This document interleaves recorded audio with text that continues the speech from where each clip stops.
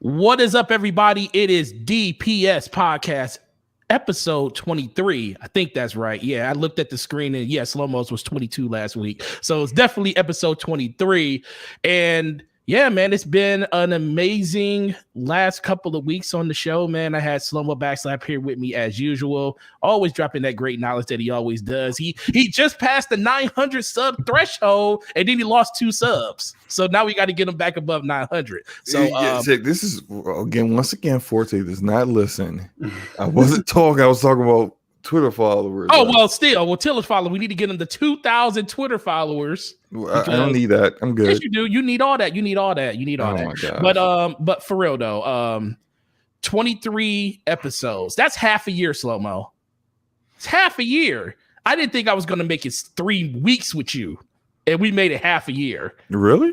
Yeah. Well, no, I knew I was going to make it, but you know, that was just slander for the podcast. But yeah, man, 23 episodes, and let's be for real. I already knew this was going to be success because you know me and you click really, really well. You have very, very good insight, and I love doing this podcast with you. So here's to the next 23 weeks. And guess what? This show I didn't think could get any better because you know it already has me and you on it, but we got somebody here that will make any podcast better.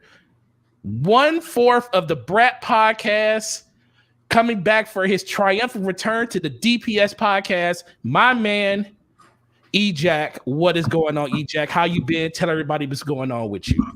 Yo, what is good? My brothers, always happy to be here with you guys. 2 of my favorite people around this insane asylum we call these gaming Twitter streets. And yeah, it's always an honor to be here, man. So I feel like I did something right last time. I got the invite again. So, you know, Slow-Mo threw up the bat signal. I was like, let's go. Let's do it. Yeah, Slow-Mo hit me up and was like, can ecjax on? I was like, do you even need to ask me that? It's like, come on now. ecjax want to be on? ecjax can be on. He has an open door policy to this podcast. So absolutely. You know, that's what's up. That's what's up. Shout out to you, man. Thanks for coming through as usual. And on top of that, we have SlomoBackslap. Slamonious. That sounds like something out of Harry Potter, man.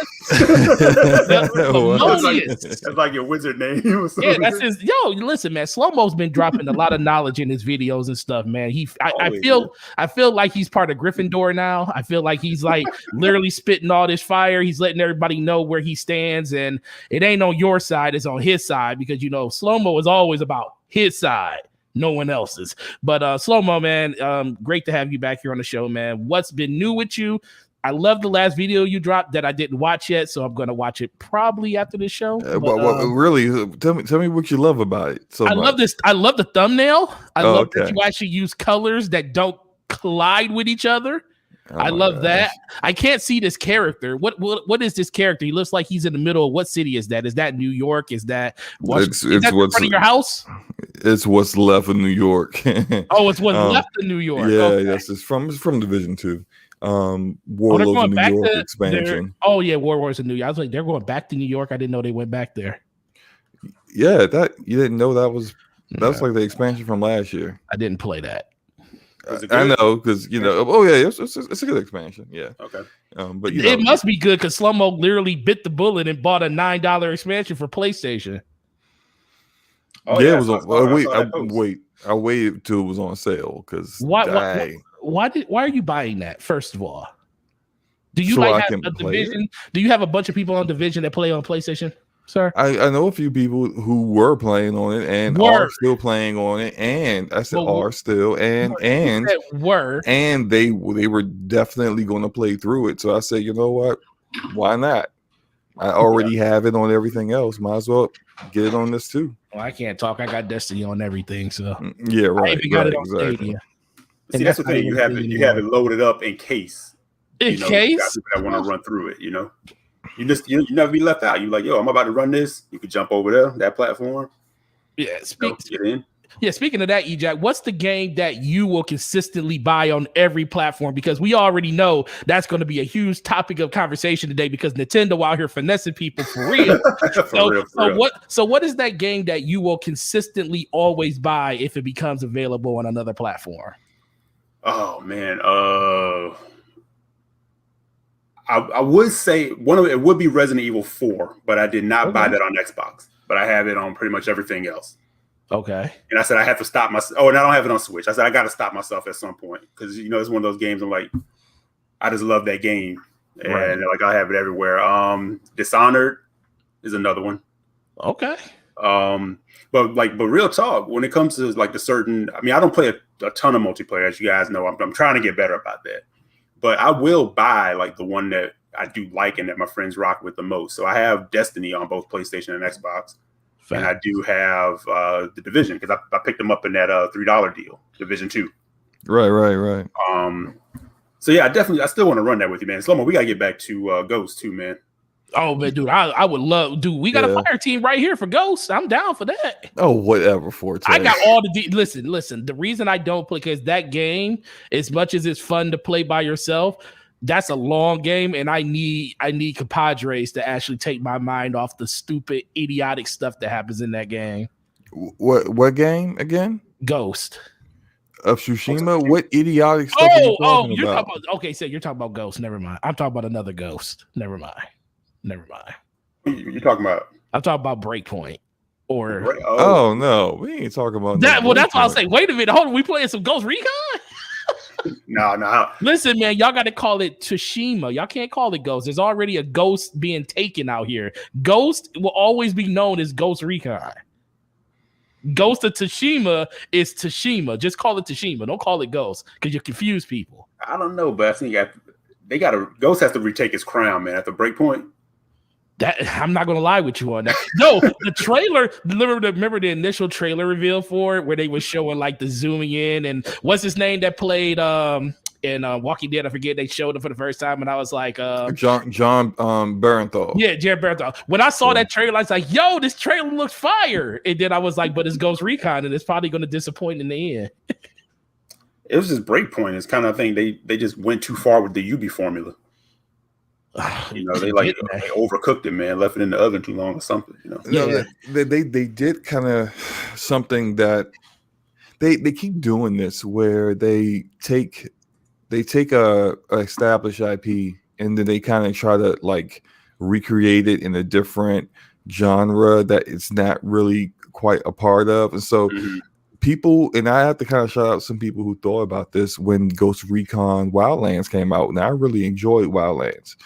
But there was this thought that people were thinking like, "Oh, they trying to make Ghost Recon like the Division," and I was just like, "Nah, I don't know why people feeling like that." It's like the Division's got a whole different loot system. It's a loot shooter. Ghost Recon's way more tactical and realistic. Enemies go down with a headshot, that kind of stuff. You can shoot down choppers with sniper rifles, that kind of thing. And then I see Breakpoint, and I'm like, oh, because it was like slowly creeping towards that, and then you get to great Breakpoint, and it's like now you got your weapons have levels, and it's just like this is not what people play Ghost Recon for. No, not at all. Yeah, and I think they tried that with Rainbow Six Siege, and it worked.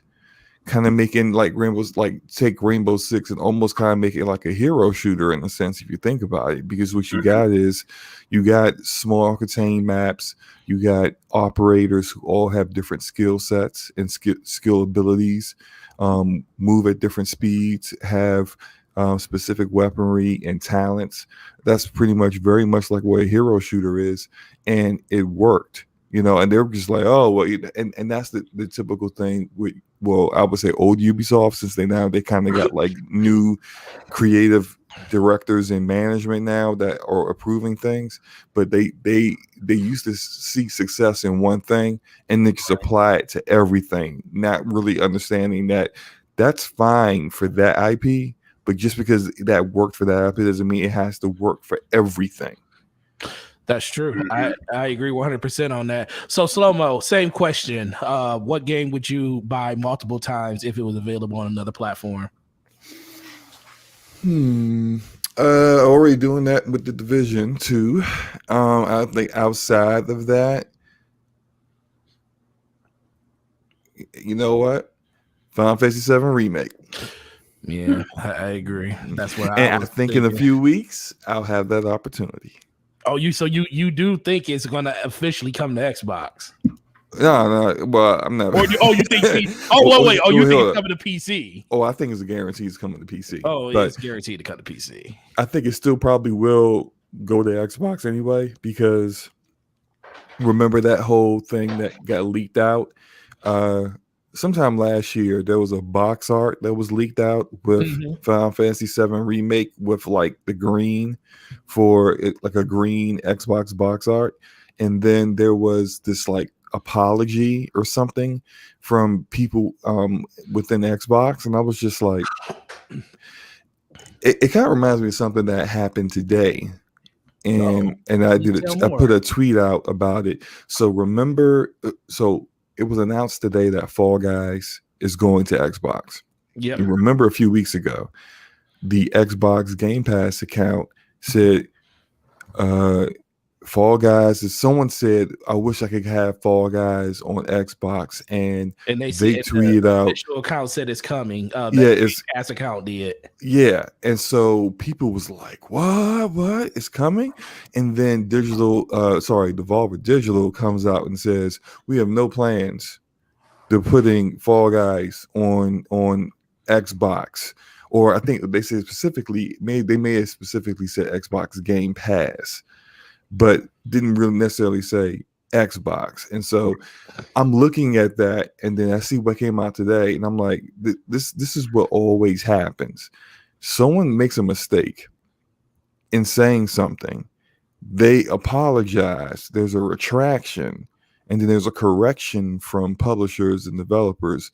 But you got to really look at the details to things. Right. What are they not saying? And every single time this happens, what all it really comes down to is that the content wasn't the mistake. The mistake was telling you when they told you about it. The content's accurate. It was coming to Xbox. And I think people just made the assumption because it was the Xbox Game Pass account that said it, that it must be coming to Game Pass because they said it. But no, they just said it was coming to Xbox. And so, yeah, you can see little things like that, and you just realize, like, oh, okay, all right, so it's coming. So I take that, and I think about the whole Final Fantasy VII Remake thing, and the exclusive deal for PlayStation is up next month.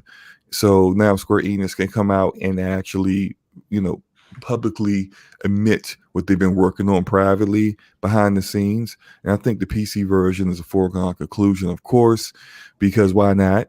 And PlayStation really doesn't. I mean, they're starting to make sure they get exclusive deals over PC because they do see some of that crossover, but they do also understand that it's a different market as well. So there really isn't really much use in keeping things out of PC when your real competition and what you really care about is making sure it's now on the Xbox when you have it on PlayStation.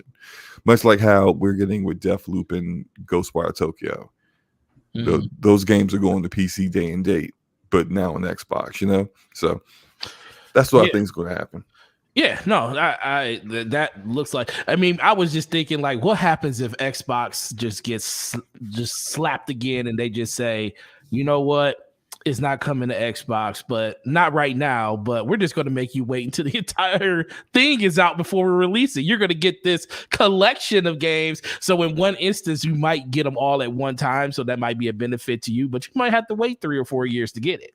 Right. That might be the move. They might have an exclusive deal as long as the game is still being developed in whole, that they get everything until it's completely released. Yeah, that would be wild though. Because I mean, that'd be wild, bro. That'd be a whole generation. Yeah, man. That'd be like the whole generation. Look, man, we know Sony has been. They have done things like this. They did it with Destiny. They did it with a whole bunch of other games where they just made it seem like, yo, this game does not exist on other platforms other than PC. And that's super smart. If you think about, remember when Rise of the Tomb Raider was exclusive for a year on Xbox? People were irate about it, and Square Enix was like, hey, calm down. It's going to go to PlayStation in a year. That's a good question. Why does they don't break for PlayStation? It's all in the contract. No, but they don't break for PlayStation. When PlayStation has these deals, none of these developers crack and say it's coming to Xbox. Because it's not. It's all in the contract. It's all in the. They didn't have it stated in the contract that Square Enix couldn't talk about where else the game was going after the exclusive deal was up. Right. Sony is like, as far as you're concerned, this is our game. It's an exclusive game until that. When it comes to you better not even say Xbox and the name of that game in the same sentence. Right, that's true. Right, and that's smart, because then, like, people, even though it's smart on their part, on our part, it's kind of messed up, because it's creating a false reality of. Well, I don't know what's really going to happen with these games. At this point now, we've kind of figured out what the deal is. We've seen it too many times already. We've seen it with Death Stranding. With Death Stranding going to PC, and them admitting it early on and then becoming completely mum on it for multiple years before finally admitting it after, some period of time after it came out on PlayStation. Right. We've seen it too many times to know that you can't trust what the Sony marketing is saying on exclusive stuff. The lines are blurred between what's exclusive and what's timed exclusive. And we know people who've gone to conventions, gone to PAX, talked to developers, and say, "Hey, what about the Xbox version?" They start looking around like, "Where's the Xbox version at?" Hey, shh, don't. We can't talk about that. Hold on, I know people who talk to Remedy at PAX about Control, and was like, "I can't talk to you about that," even though knowing is coming day and date to the Xbox version. I can't answer any questions you have about an Xbox version of this game. So whoever might be working on it, even though you are, but this is how they do their marketing deals, and it's something that Xbox probably should have done themselves. It probably would have did them a lot more favors with Rise of the Tomb Raider, because plenty of PlayStation only gamers at that time was just like, I'll wait. Right. I'll wait a year. If they didn't know it was coming to PlayStation, if they thought it was truly an exclusive game, they were really so impressed with the Tomb Raider reboot. It sold this one at the time looked better. I think gameplay wise it plays better, but not the story, but whatever. Mm-hmm. They may have bought an Xbox just to play it. The same way some people bought a PlayStation just to play Final Fantasy VII Remake. Yeah, I remember like that whole Tomb Raider thing, like when they first announced it. And for a while, it was very much like people were guessing, like, is it coming to PlayStation? Is it coming to PlayStation? And I think when it kind of like overall, when I think some of those sales fell flat, if you remember, they announced the PC version like real quick. Mm-hmm. Like it was like a few months later, like because it did drop like in like that November or something like that. And then I don't think it was hitting. I don't think it blew up the way they wanted. And all of a sudden they started announcing like the PC version. And I think if I'm not mistaken, somebody leaked that it was going to get a PlayStation version. Yeah, like later, but it was just, Rise of Tomb Raider was a weird one in that regard. But you're right, Slomo. It's sort of that thing where if you kind of think about it, Sony very much plays Republican when it comes to like how they do their marketing deal, and Xbox kind of plays like Democrats. The Democrats are always trying to play nice, and the Republicans like, no, we ain't doing none of that. No. We go sue you until tomorrow if you talk about this. Right, which is exactly why, because we've seen it go back and forth with this whole Bethesda thing, and people keep asking or wondering, well, are these games gonna come to PlayStation? Xbox could have shut that down a long time ago. Literally. Well, but here's the thing: it's like, yeah, they won't. But Sony, people are like, well, nobody will be saying this if this was Sony. They're like, yeah, because Sony don't play it like that. Yeah. Sony will tell you straight up. Also, I do agree with. I do believe it's true what Phil Spencer has said about like legally we can't just be outright be saying it when we don't fully own them yet. Because what if like the EU says no, we don't like this deal. Sorry, you gotta go somewhere else to get this done, or it doesn't get done at all. You out here telling people Bethesda games are going to be exclusive to Xbox and PC.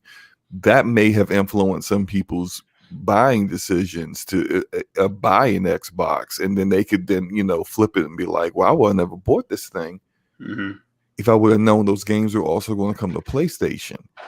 Right? I want my money back, or I'm taking you to court," kind of deal. So yeah, I think that is true that they just really legally can't say it. But also, I kind of feel like even after this deal is done, they're not going to be completely forthright with where those games are going, which is something that we wouldn't expect from Sony at all. No, that's just it. It's like Sony doesn't play it that way, but the reason people are even questioning it is because of sort of how Microsoft has sort of done things. They played nice with this person, played nice with that person. They kind of always stood on this square of kind of saying like, well, we kind of want games everywhere. We don't really like doing these kind of deals and doing that kind of deal. So they kind of like skirt that line of, the consumer friendly. People take it as consumer friendly. We know where that kind of lies. That's how they want to handle their business, right? But it's questionable because of how they've done it. Yeah, they've never been like chop it off here and that's it, and that's why people don't question it. Well, and that's the real quick. I wanted to do the super chat. Shout out to Dirt Griggity in the house. $5 super chat. He says, "What's up, fellas? What's up, Dirt man?"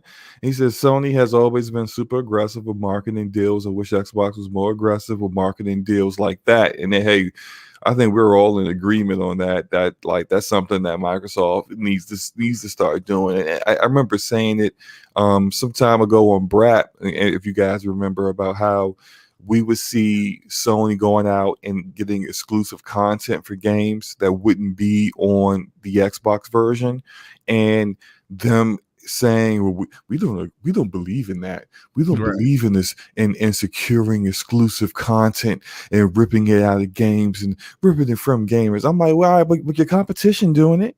So what are you going to do? I mean, how many times you keep getting punched in the face and you keep saying, I don't want to fight. Well, I'm sorry, you're in a fight. So the problem that I think with the whole situation is with Phil Spencer, I just think it's not that they don't want to take games away. I don't think they have a problem with taking games away. I kind of think people look at that statement and they kind of misread it, because I think it's not about taking games away. They're literally taking Bethesda game. No, he said we don't want to take things that we don't want to take. What was the exact quote he said? He said we games away. No, he didn't say game. He said we don't want to take like content away. They don't content away because I try to tell people. Okay, all right, but then him not doing that means that the only people who are losing content is his.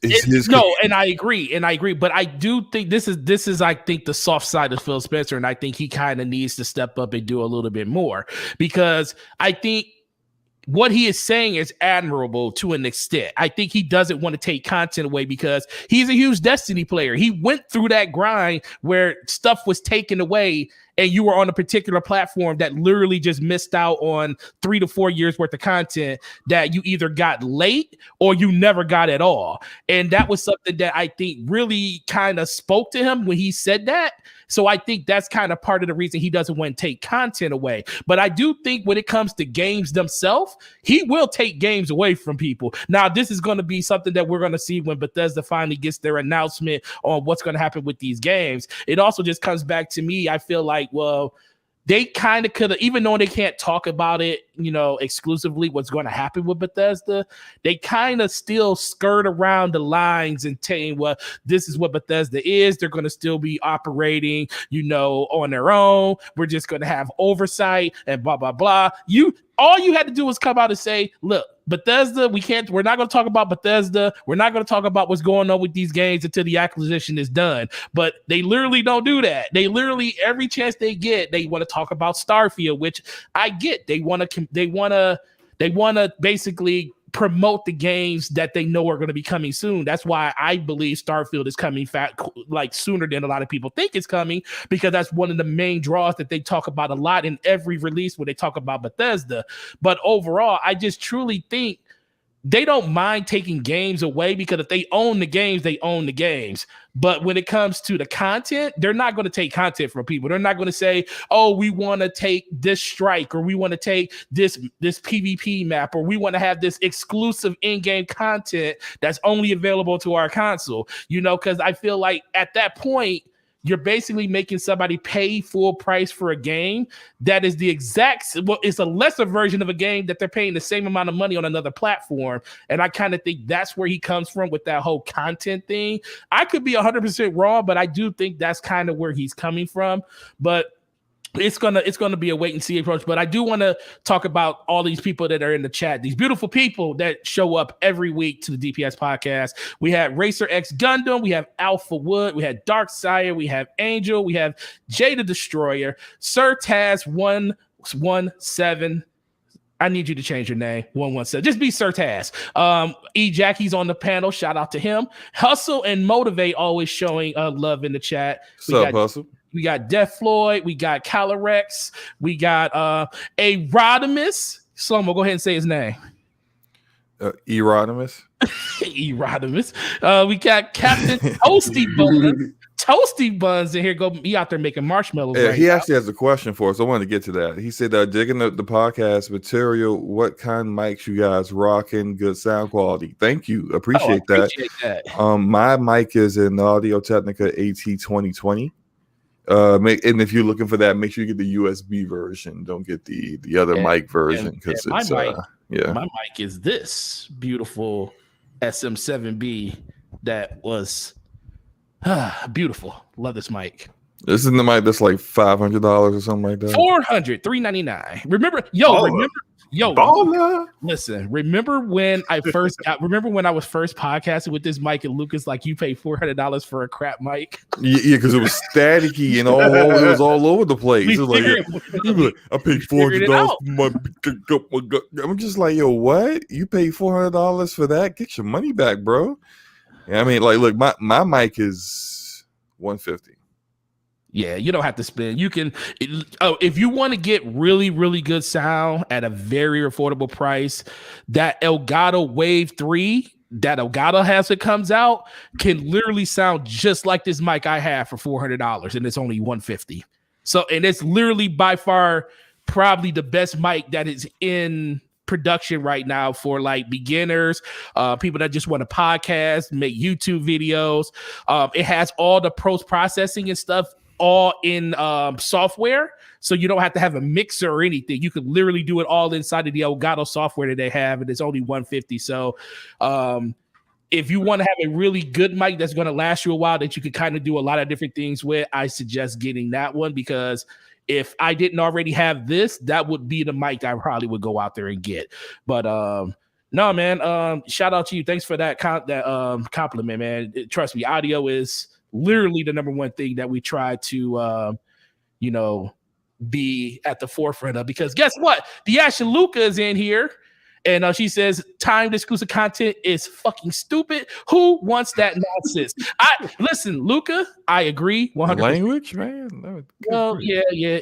Effing stupid. Yes, it's too late for that now. I mean, you can cut that out of. You can cut that out of the thing. I mean, he act like, you could just edit that out, like stuff that he don't do. Like, I'm just going to draw all kinds of F-bombs all night long. You just go ahead. That was the first one. Shout out to Gregor Von Doon. Thanks for coming through, brother. Same thing with Bossy One. I already said Ashley Luca, always up in this chat. And Slow-Mo is actually in there talking to people. So shout out to Slow-Mo too. It might be his better half or something. But so Slow-Mo, what is the first topic that you want to get into, sir? Or E-Jack, you know what? You're the guest. What do you want to talk about first, sir? I'll defer to you, man. Go ahead. You defer to me. All right, let's just get these people what they want, because it's a lot of Xbox people in here. I run an Xbox channel, so people want to talk about this Xbox finesse move that we out here getting, because this FPS boost is legit, and if you haven't tried it, you might want to. Why you call that a finesse move? Oh, because Xbox out here, Xbox know what they be doing. They literally be sitting back, just letting. I swear to God, that Xbox allows bad things to happen to them, just so they can have something very substantially good happen that flips the narrative right on its head. I literally don't understand it, because this is something that literally is a game changer. Like, if you're a person that loves playing on a PC where performance is always king, this is literally right up your alley, and this is the only platform that actually can give it to you. So, Slomo, I'm gonna turn it over to you, man. Tell me what's going on with this FPS boost that Xbox basically announced yesterday afternoon. Before you do that, Luca had a question for Forte. She said, "You run an Xbox channel?"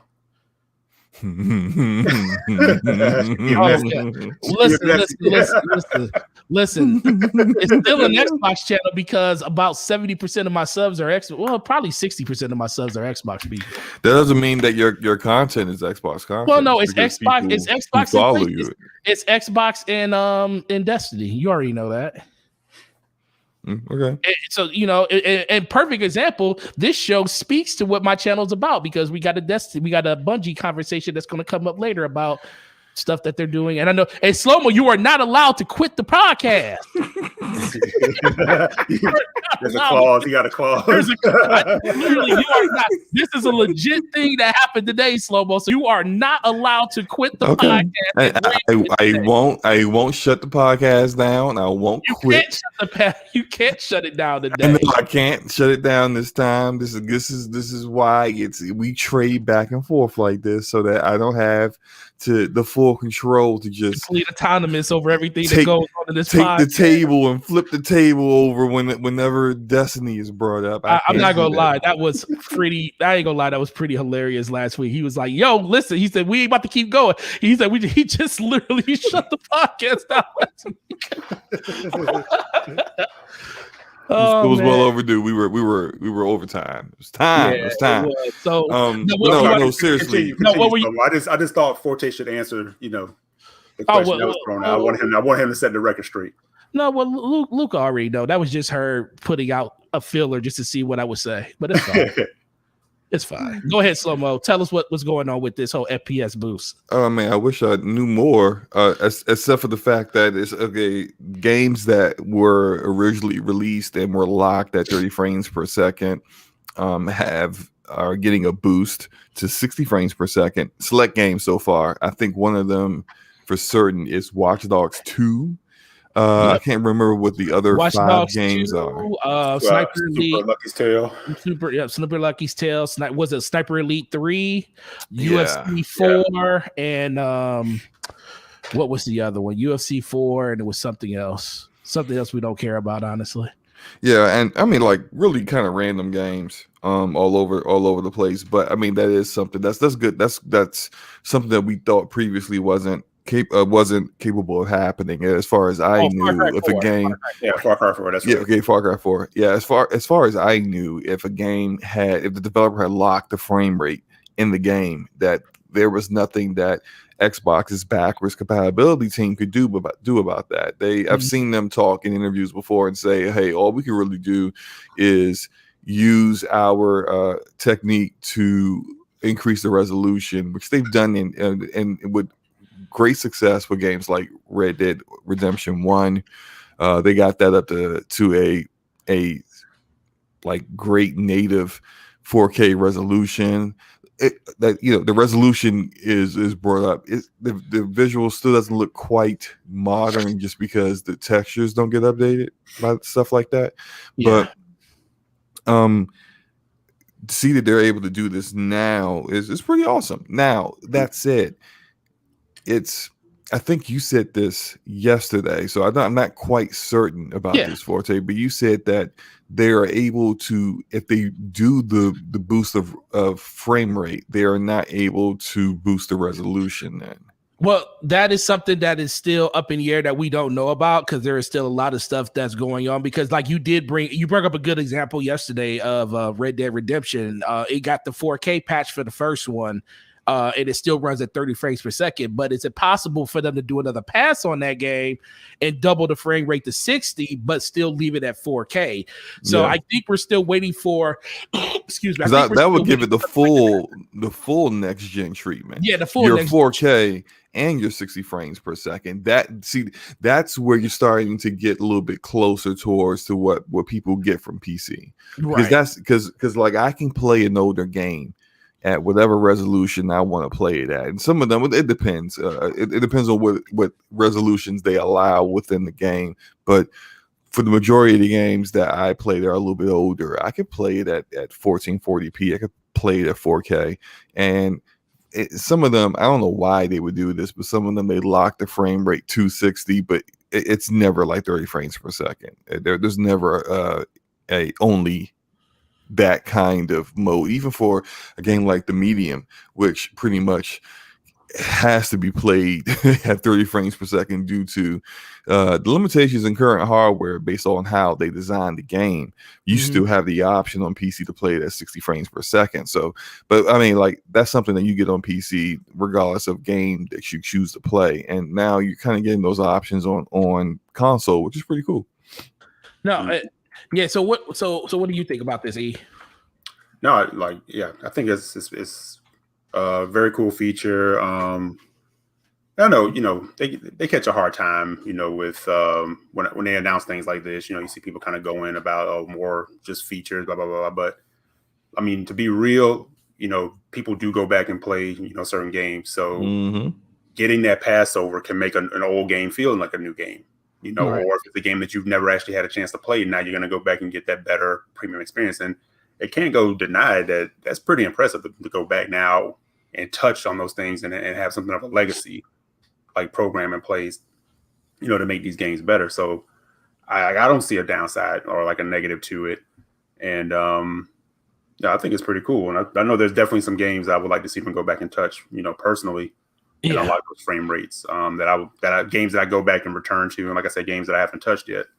So I'm definitely down. Down for that. No, it's only in preview right now, right? Like the preview ring. Yeah, it's only in the preview ring right now. Right. Okay. Which hopefully I get it. Hopefully I get into very soon because I'm in the beta ring. So that usually comes a couple of weeks or so, like a month after. But the biggest thing is the development and platform team, they earn their money. They definitely earn their money when it comes to what they do on Xbox, because this isn't something new. This is something that they consistently always do with that development. They always give you other better. If people complain about it, well, it's just older games, but the fact that developers don't have to do anything, this is just on the platform side, and they're able to increase resolution and increase frame rate and all this other stuff, stuff that we never thought you would ever see in a console. That's pretty incredible. And it does give Xbox a very good standing point when it comes to just kind of separating themselves from other platforms. Now, when it comes to, brand new games and stuff, we still want to see what they can offer in that regard. We still want to see what's going to need new on the horizon from Xbox outside of the things that they're doing. But they added a bunch of value to this platform over the course of the generation, and actually over the course of the last two generations. And I think people see Microsoft as a company that always wants to innovate. The biggest problem with them is, in some instances, they innovate too fast for their own good. See 2013. That's why they're in the situation. That's why they were in the situation they were in. Yeah, I think it's where they choose to innovate that some people have an issue with, because it's not really that they're innovating within the games that they create. Is they're innovating with services or hardware. Yeah, well, which is fine, but they very much show their pedigree. The games have to be the forefront. That they have to be the most important. See, that's what I was going to say, Slomo, is like, I've said this before, like on Twitter and on certain podcasts. I said, when they talk about back compat and when they talk about features like this, like I said, they catch a lot of flack for it, right? The only reason they catch that flack is because for the most part, people show up because they want like a new, fresh experience. And I said, if they had that, these things would just be like a high five. People be like, oh, that's what's up. That's what's up. You know, you're showing me this and that. It just gets overshadowed. It's like being a great swimmer, but you have a cinder block around your neck. Oh, shoot. Good guy. You know, like you're a professional swimmer, but how can you really swim when, you know, the distraction is this weight that's holding me down, and the weight is people are still waiting on them to deliver from their first party, showing what their hardware can do, you know, complete with the types of games that they can release. And they just have not been able to deliver that yet. And I know, you know, we keep talking about the weight. But if they are able to deliver that portion on top of the innovations that they put in place or the things that they do for legacy, you know, that's going to be a beautiful marriage. But until they get to that point, it's always going to be a goof of, oh, look at them with the old games, Right. You know, which is kind of funny because you do see people, you know, they talk about old games, and people tend to think that's like OG, Xbox 360, whatever the case may be. But when they're talking about this stuff, games, that's what I'm saying. You know, and a lot of people games right now, right? But you see a lot of people that go back and play. They say, "Oh, I just picked this up in the sale. I'm gonna play it." I'm like, "That's an old game." Well, not really. Yeah, no, it's an old game, bro. Right? You know it is, and I've always felt this way. It's like everyone will say, "Oh, that game's old. I'm not gonna go play that." But when it comes to their favorites, the games that really resonate with them, there's no there's no such thing as old for those games. So for me, I could play Chrono Trigger every day, and like it doesn't matter, even though the game is super dated and it's over 30 years old. It ain't that old, actually. I think it's probably. I beat BioShock Infinite on every platform it was available on. That's like one of my favorite games. Yeah. I think you just finished BioShock Infinite, right? Yeah, such a great game. Yeah, I need to go through that. It's always a lighthouse, and there's always a girl. Yo, I would tell anybody right now with the climate of the world, if you played BioShock Infinite back in the day, it probably hit you a certain way from some of the themes, right? Sure did. Play that game now with what's going on, and it's gonna hit you in a whole different way. Probably, yeah. I didn't even think about that. I haven't played it recently. It's been about a year, but every time I play that game, I'm like, yo. But that's how it is. We all have. It doesn't matter if you are a staunch, I don't go back and play old games kind of person, kind of gamer. Every now and then you're going to see something that makes you go, oh yeah. I want to play through that again. I did it again with Tales from the Borderlands. Love that game. Great story, amazing soundtrack, just great characters. Just one of the best games that came out of Telltale Games. I had the urge to play that game so strongly. I'm going around looking for a physical copy of the PS4 version to play on my PS5. That's how. And then of course they after I secure it, they come out and say they're bringing an ID list. But right. But I mean, like that's how it is when it comes to the games that that really resonated with you. It doesn't matter how old they are. Yeah. Shout out to Kevin M. Asked a question about what up. He's new to the chat, so shout out to you. Thanks for coming through, brother. I use Upload Studio to make videos on Xbox. Since it ain't there anymore, you guys think there will be something for Series X? Off topic. Sorry. Well, first of all, thanks for the comment. Don't have to apologize for it, but man, who knows? This is something that we all complained about when it came to the differences between Xbox and PlayStation. PlayStation, their creation studio is share factory. Yeah, their share factory is literally just pooping all over what Xbox does when it comes to Upload Studio. I don't even know anybody that really truly uses Upload Studio. The best thing that you can kind of do in this regard is there's a bunch of free apps out there, like DaVinci is one of them. It is like a somewhat learning curve to using it, but you could just use like a external USB stick or a hard drive and just record all your data up to like 1 hour's worth to that hard drive and put it on your PC or laptop and edit your stuff that way. That would be literally the best way you can do it, because what you get in Upload Studio is, I mean, I hate to say it, utter trash. it literally doesn't even do you any good. Now, I do know if you were using it before, it kind of was just something that you were, used to. But this is a good opportunity for you to try, doing like breaking out of that and doing something a little different. So that's what I would do. But I don't think they're going to do anything when it comes to any type of content creation on the system, especially. Yeah, I feel like if they were going to do some kind of replacement or upgrade or upload studio, they would have done that years ago. I've never used it personally, but from people who have used it, I've heard them say multiple times that it hasn't had an update in years. So that it not being supported going forward or not being available through the series systems, I'm not even shocked by that. But like as Forte said, there are many other free software out there that do a way better job than Upload Studio does at the video editing aspect of getting stuff done. I use Shotcut. If you want to check that out, Kevin. So, you figure it out, find out the software that works best for you, and good luck out there, man. Yeah, definitely. And if you got any questions, just DM us, and when we we'll definitely help you out and see what we can help you with. Shout out to the Ashley Luca with the $5 super chat. What's up, Mom? Waiting to play Sekiro was the best thing I could have done. 60 FPS and extra content for the Game of the Year update. Back compat is awesome. We'll be replaying. What is Dragon Age Inquisition? Jesus Christ. I didn't play Dragon Age Inquisition. But what? I did not play it. I was in the middle of it, but I never finished it. I started it and Destiny. No, it wasn't Destiny that did that. It was mostly Battlefield back then. Battlefield 4 was like. And I don't want to get into a tirade about Battlefield, man, but Battlefield, to me, Battlefield 4 is the last time that Battlefield's been good to me. It's like as much as that game was was that 2 games ago? That was 2 games ago. It was 2 games ago. It was 2 games ago. I mean, if you count the Star Wars games, it was 4 games ago. But nah, I don't count those.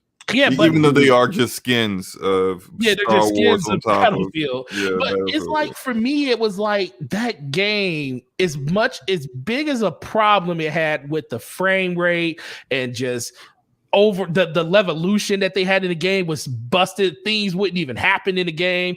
It was such an enjoyable shooter. It was like one of those games that, like, how you love playing Rogue Company, and it's like the shooting in it is so satisfying. I loved. Oh yeah, you loved ever since. Now that the people are up in there, the game got too popular, and the cheater said, "Ooh, what's up?" I like to dominate with hacks and barely do anything and beat everybody in this, and I'll do that in this game too. Man, they just love ruining stuff, I tell you. Yeah, man, it's crazy, but even Dizzy said Hardline. I didn't like Hardline as much, but I did enjoy it because it did have modern, somewhat weapons in it, and the whole cops and robber thing was actually pretty, and the maps were pretty good in that game too.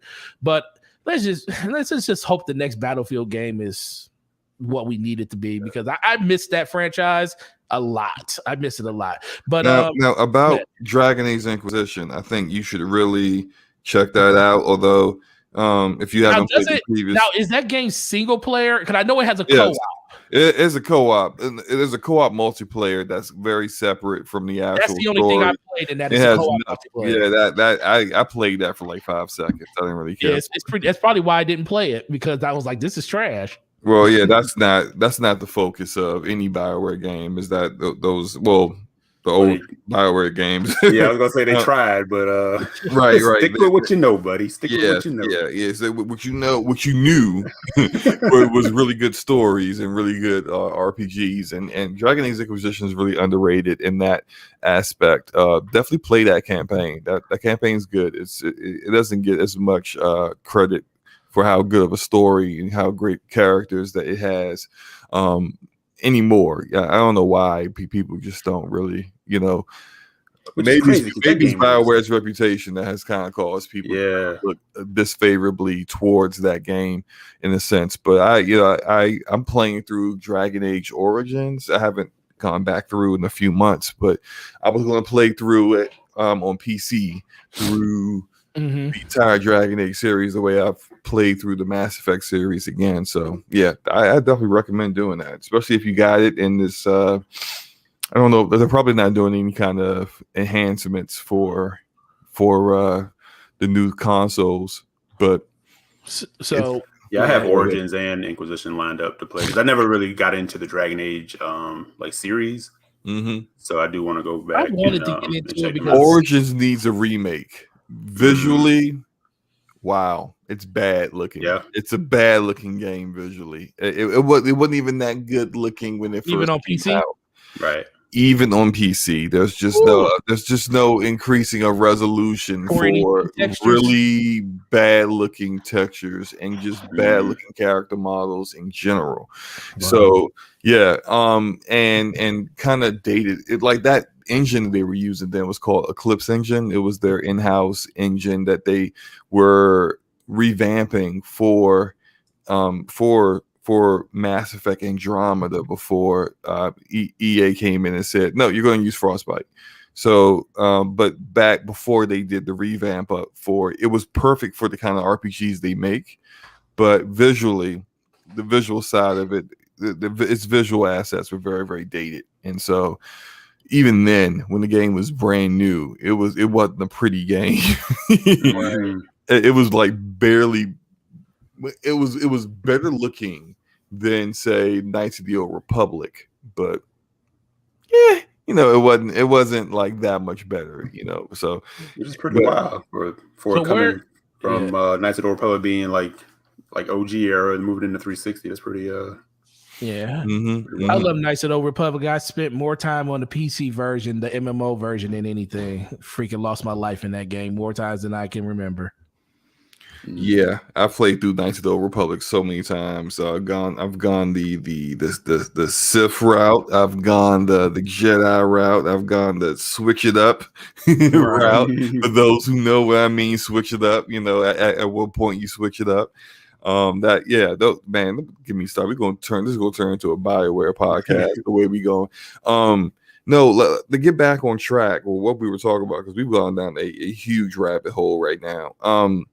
Xbox back compatibility. It's cool what they're doing with the 60 frames per second.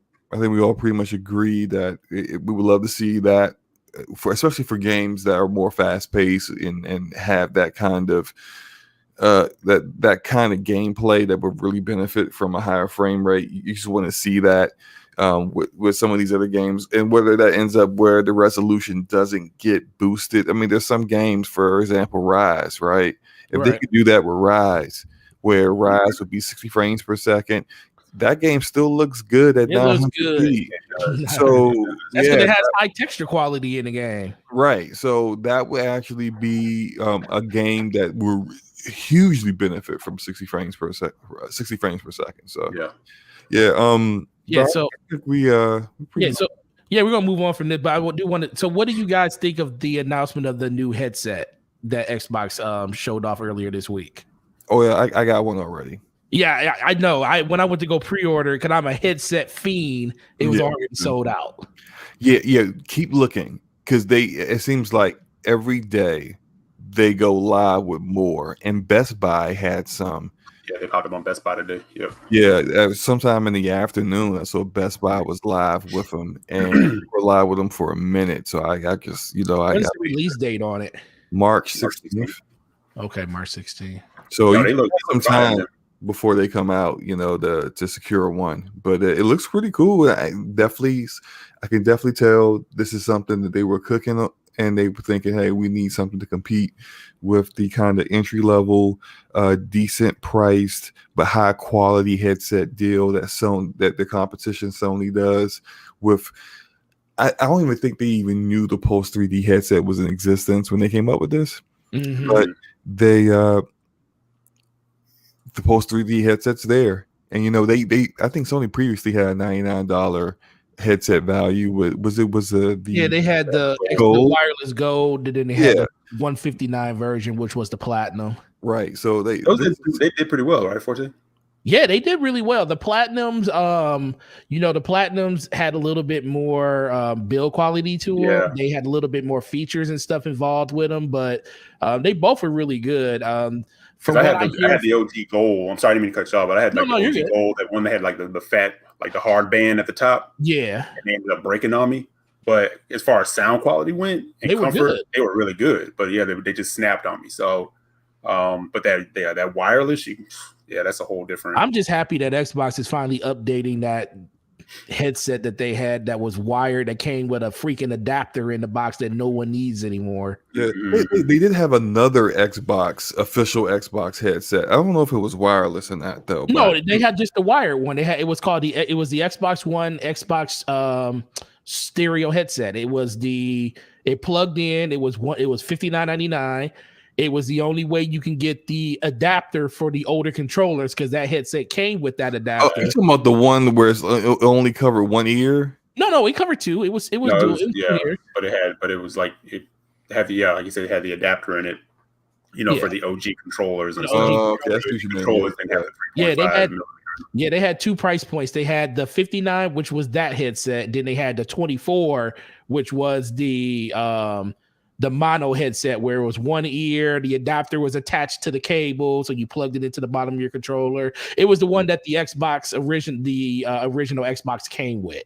Mm-hmm. Yeah, that was that adapter. But no, I'm just happy that, like I said, they're finally giving us a wireless solution from Xbox. And the fact that I got a lot of I'm really looking at this headset like, okay, my hopes are up on it, because they're saying that it got the best in class quality when it comes to that mic. And we all know Xbox Live Party chat sucks. In every regard, it sucks. Even when you're on PC, Slomo will be the first one to tell you when he jumps on PC and tries to jump in Xbox parties. Hey, yo, Forte, Brian in the chat says it's available now on Best Buy if you want to try to grab it right now. I'm actually going there now. Right. I definitely want. Me too. But I'm curious. I'm just curious. Like, I definitely want to see reviews on them, because I was eyeballing the Steel series. I was too. So, the Steel Series 7, the 7Xs. Yeah. I was kind of looking at those. I got the 9Xs already, so I don't need them. I currently use the Lucid Sound LS35X, which is it's a few years old, but whatever.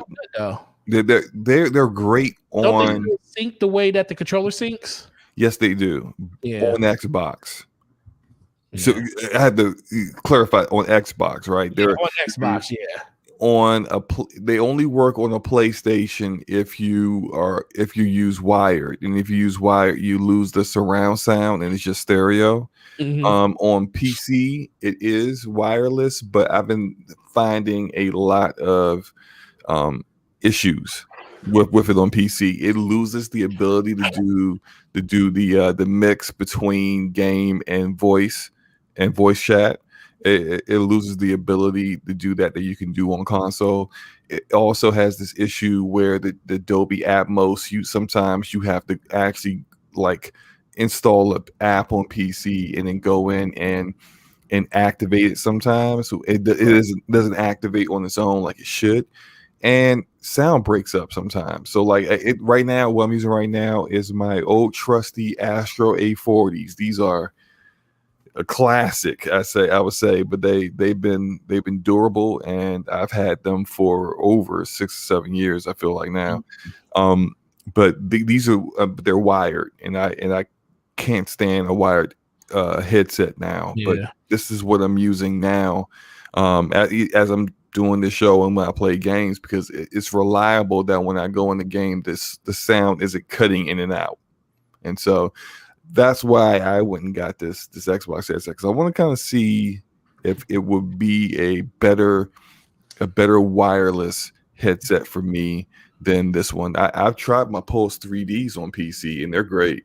Yeah, they're really good. They're really good. They're better on PlayStation because of the 3D audio. You still get that in some cases on PC, but not always. But it's I want that kind of level of quality on my PC because I don't like having to go unplug the dongle out of my PlayStation and then go plug it into my PC.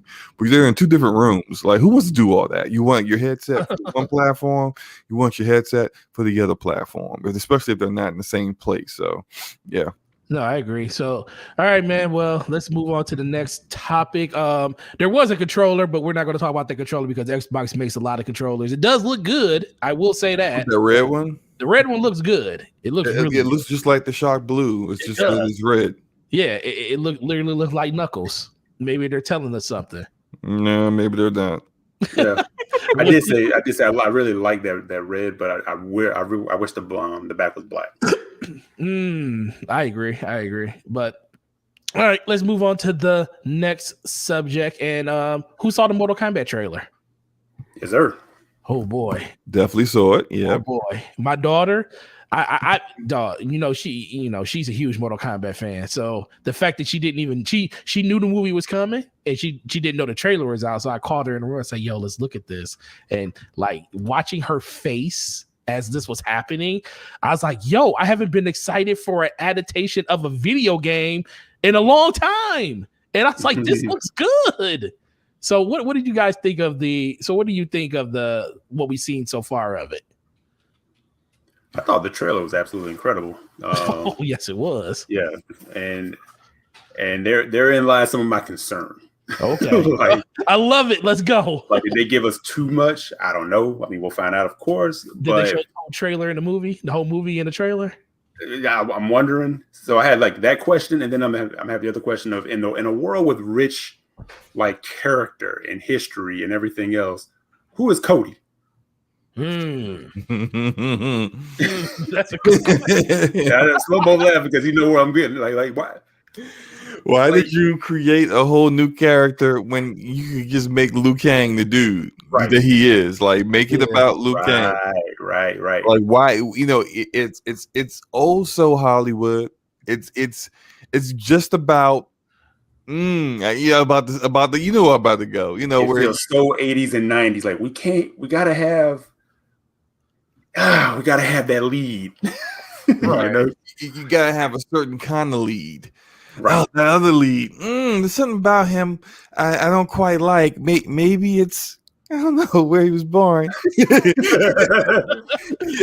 Just can't get jiggy with that. Let's make Cody. Like, come on, is Cody the hero we need?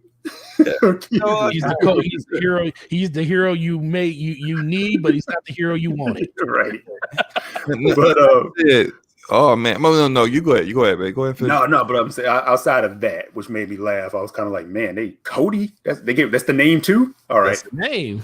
All right, but no, outside of that, yeah, it looks lit, man. Just I got like nerd giddy, man. Just watching again Scorpion and Sub-Zero. Same. Yo. Yeah. That looked amazing. Yo, and then when Sub-Zero grabbed Jax's arm, blood. Oh. Yeah. I was like, we got real blood. Yeah. But when he froze Jax's arms and like exploded him, I was like, come on. Oh, we see how Jack lost his arm now. Mm-hmm. Yeah.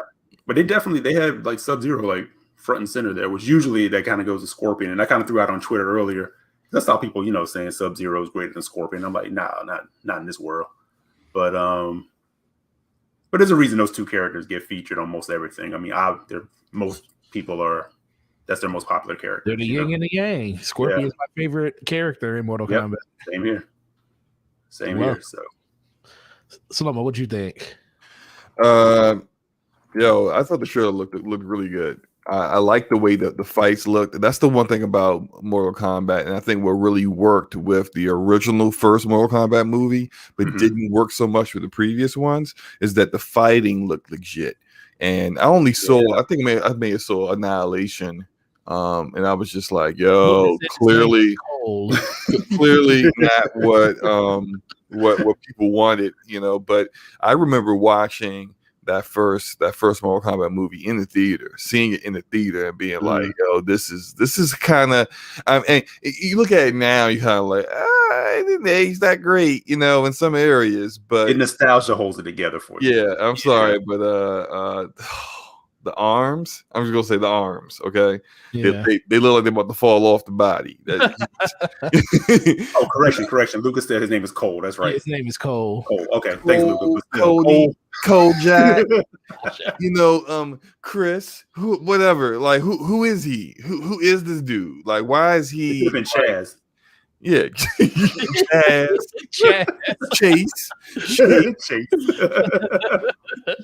Hunter. Let's go through the typical names, right? It's just like, what is this? Come on. I would have. I mean, I'm not the biggest Mortal Kombat fan. I was a lot bigger fan of it back in the day when I cared more about fighting games. But I would have preferred the story. It be more focused on Liu Kang. And I know I saw some people on Twitter saying, "Oh man, Liu Kang had this time. This been focused on him for so long. Give someone else the spotlight. All right, cool. But can you give it to somebody that's like, someone that is a mainstay?" He was called. He was branded. He was. It was his destiny, Slow-Mo. That's what they say. It's like you've been branded. Cole is gonna somehow be Johnny's origin story in some way. They're gonna flip it on us. Yeah. Mm-hmm. Yeah, I think it's going to be fun. I do have the concern that you have, like how much of this movie did we actually see already? Yeah. There's a good chance that definitely is a thing, but I know there's going to be a bunch of fanfare in there. I mean, my biggest thing with the Mortal Kombat movies is, like Racer said it best in the chat. He was like, Mortal Kombat was good because we were kids. Watching it now is amazingly bad. And it's just because like the cinematography is not keeping up with what Mortal Kombat actually is and what the game actually puts out and stuff. So I think now with technology that they have, with the mixture of practical effects and CG and everything, they can really bring what Mortal Kombat actually. Say what? The mix of what effects? Cinematography. What did I say? I can't. You said park the gold. I was just like, what did I say? You said part the goal effects. I said practical effects. Did I say particle? Oh, it's practical with practical effects, whatever. But yeah, with the practical effects. What were you trying to say? Particle or practical? No, practical. No, particle. What does particle have to do with anything? Do you know what practical I don't know because you didn't say either of those words. Wait, hold on. Do you know what practical means? Do you know what practical means, sir? I know what practical means. Okay, what does it mean? Say that word. So it doesn't matter. You said particle. Okay, you know what? This is the part of DPS podcast where Slow-Mo wants to take a W. Okay, I'm gonna let you have this W so we can move on. I'm just saying you didn't. I was wanting some clarification. Oh Lord, here we go. Like I said, I think this is going. I'm hoping this is good. Me too. I hope it's good because it has the opportunity to really bring a lot of people into the franchise and get them excited for the things that we were excited for when we were younger. So looking forward to the second, the third, and the fourth trailer that they're going to announce in this movie, that we will see the entire movie by the time this movie actually comes out in trailer form. And I did check out did you guys look at the red band version of the trailer, or did you just look at the I saw the red band version. The red band. That's the only one I saw. That's the only one I saw. No censored version. Listen, my daughter was like, when I was showing her, because I went to the first trailer I saw. I had already watched the red band, and I went to another trailer just to show it to her. She's like, Dad, that's not the red band trailer. I was like, huh? I said, what do you know about Red? But she's like, Dad, that's the uncensored version. I need to see the uncensored version of Mortal Kombat. I was like, oh, okay. And, she got on me about it. So I let her see the uncensored version of it, which was fire. But yeah, man, that was something that I was looking forward to, and definitely can't wait for that to come out. But let's move on to the third topic. By the way, isn't it coming out on HBO Max? Yes. Yep. Everything from Warner Brothers is coming out on HBO Max day and date. Wait, I don't have to go to the theater. I don't have to figure out babysitters or nothing. Slow-Mo. Martin Scorsese said that's devaluing cinema. No, it's not. That's what Martin Scorsese said. Is it?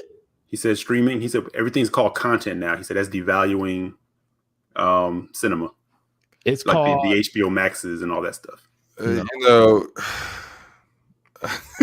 just because we're not going to a movie theater and spending $100 per family to go see a movie now, that's devaluing cinema. It's all about that money, man. He is trying to protect his money. Yeah, the way that you know, is a lot of other directors and producers have been talking that same talk and mad at Warner Brothers for the decisions they made this year.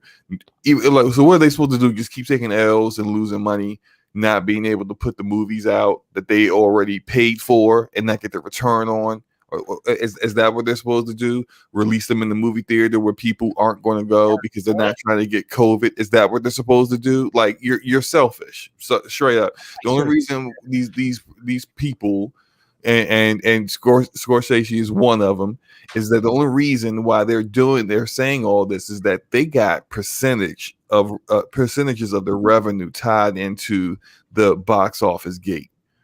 Mm-hmm. Oh. and they don't care about your health. They want you to come see their movie so they can get paid. Period. Yeah, that's it. And they're not getting that gate when the movie can be released on HBO Max and people don't have to get dressed, go to a movie theater, spend a bunch of money, and actually go see the movie that way. That's all it's really about. And I'm not anti-theater or anything. You know, enjoy the movie the way you want to enjoy it. I know a lot of people who just love that theater experience. They love it's the ambiance of being, you know, buying your ticket, sitting down into, you know, a seat of questionable comfort and seeing it with the boom of the bass and the amazing speakers and the huge screen. I get that. You know, I at one point I was like that too. But I'm 3 kids down, married with a whole bunch of other responsibilities, and frankly, I don't feel like getting a babysitter just to go see that.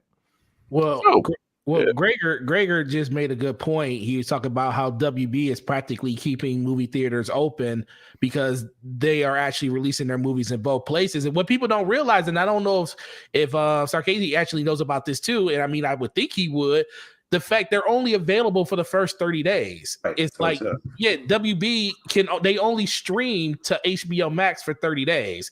After 30 days, it's exclusively in movie theaters only. So now, granted, we all know that box office. They don't care. They don't care about that. Yeah, they don't care. But it's like it's still going to. But nobody's good. First of all, movie theaters here are only open on the weekend. They only have showings after 2:00 Friday, Saturday, and Sunday. They don't have anything during the week. So if a movie was going to release and stuff, people just aren't ready to go. And I'm like Taz out here, man. Taz got an amazing theater system in his house. And a lot of people are spending their money and say, yo, why spend all this money on them and going to the movies when I can upgrade my experience at home? And my home experience be better than the movie. Well, not better than the movie theater experience, but it could be goddamn close. It could be close.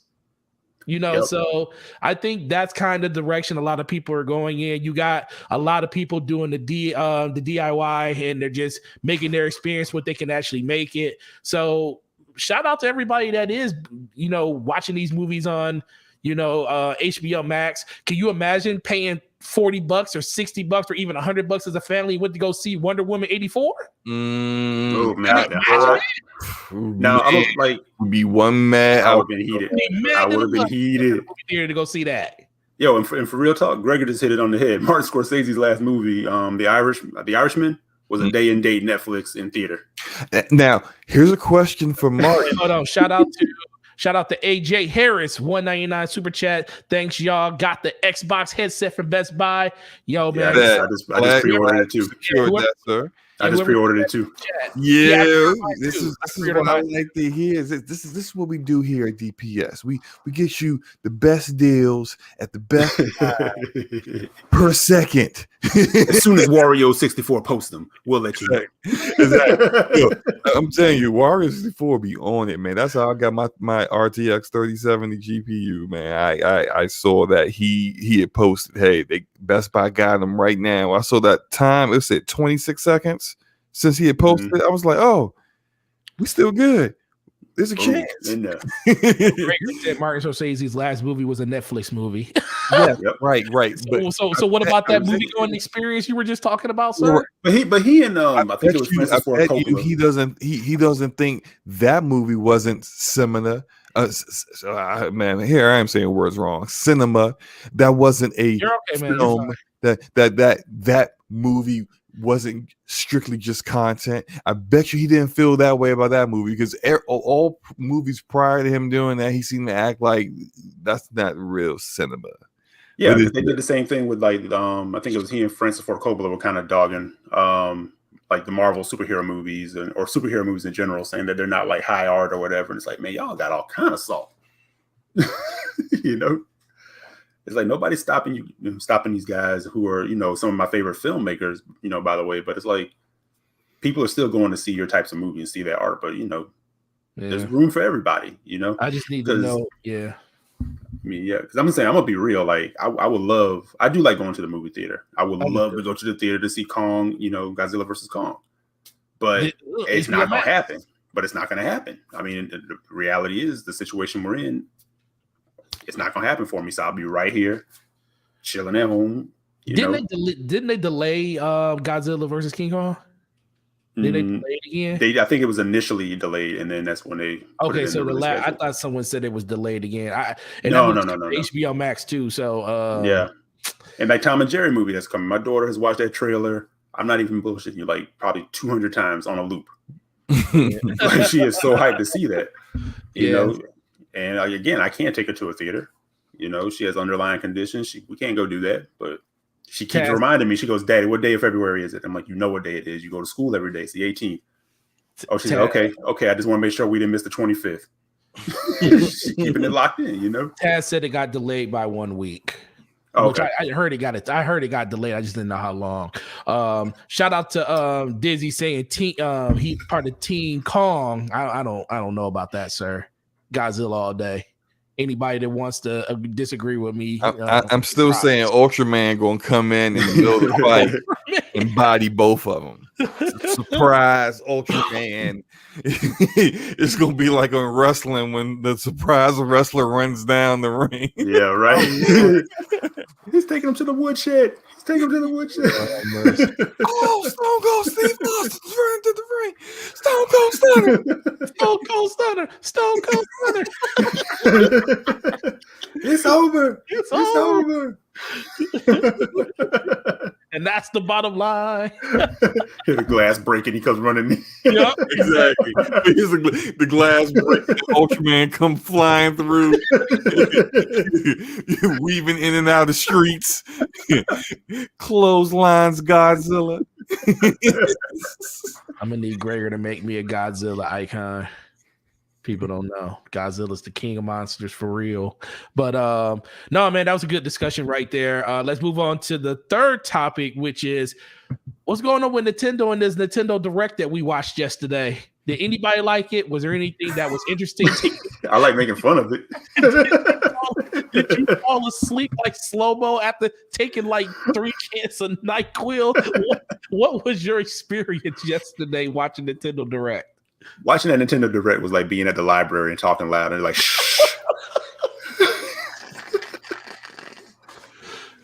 Oh my god! And I'll be real. You guys know, like, I like Nintendo. Like, I'll always have like a heart for Nintendo. I grew up on that, just like Sega, right? Same. But you got to keep it real, man. It's like Nintendo. Somebody's asleep at the wheel. It's like, you guys, this is your first major Direct, and you even hyped it as such. Big Direct, and look.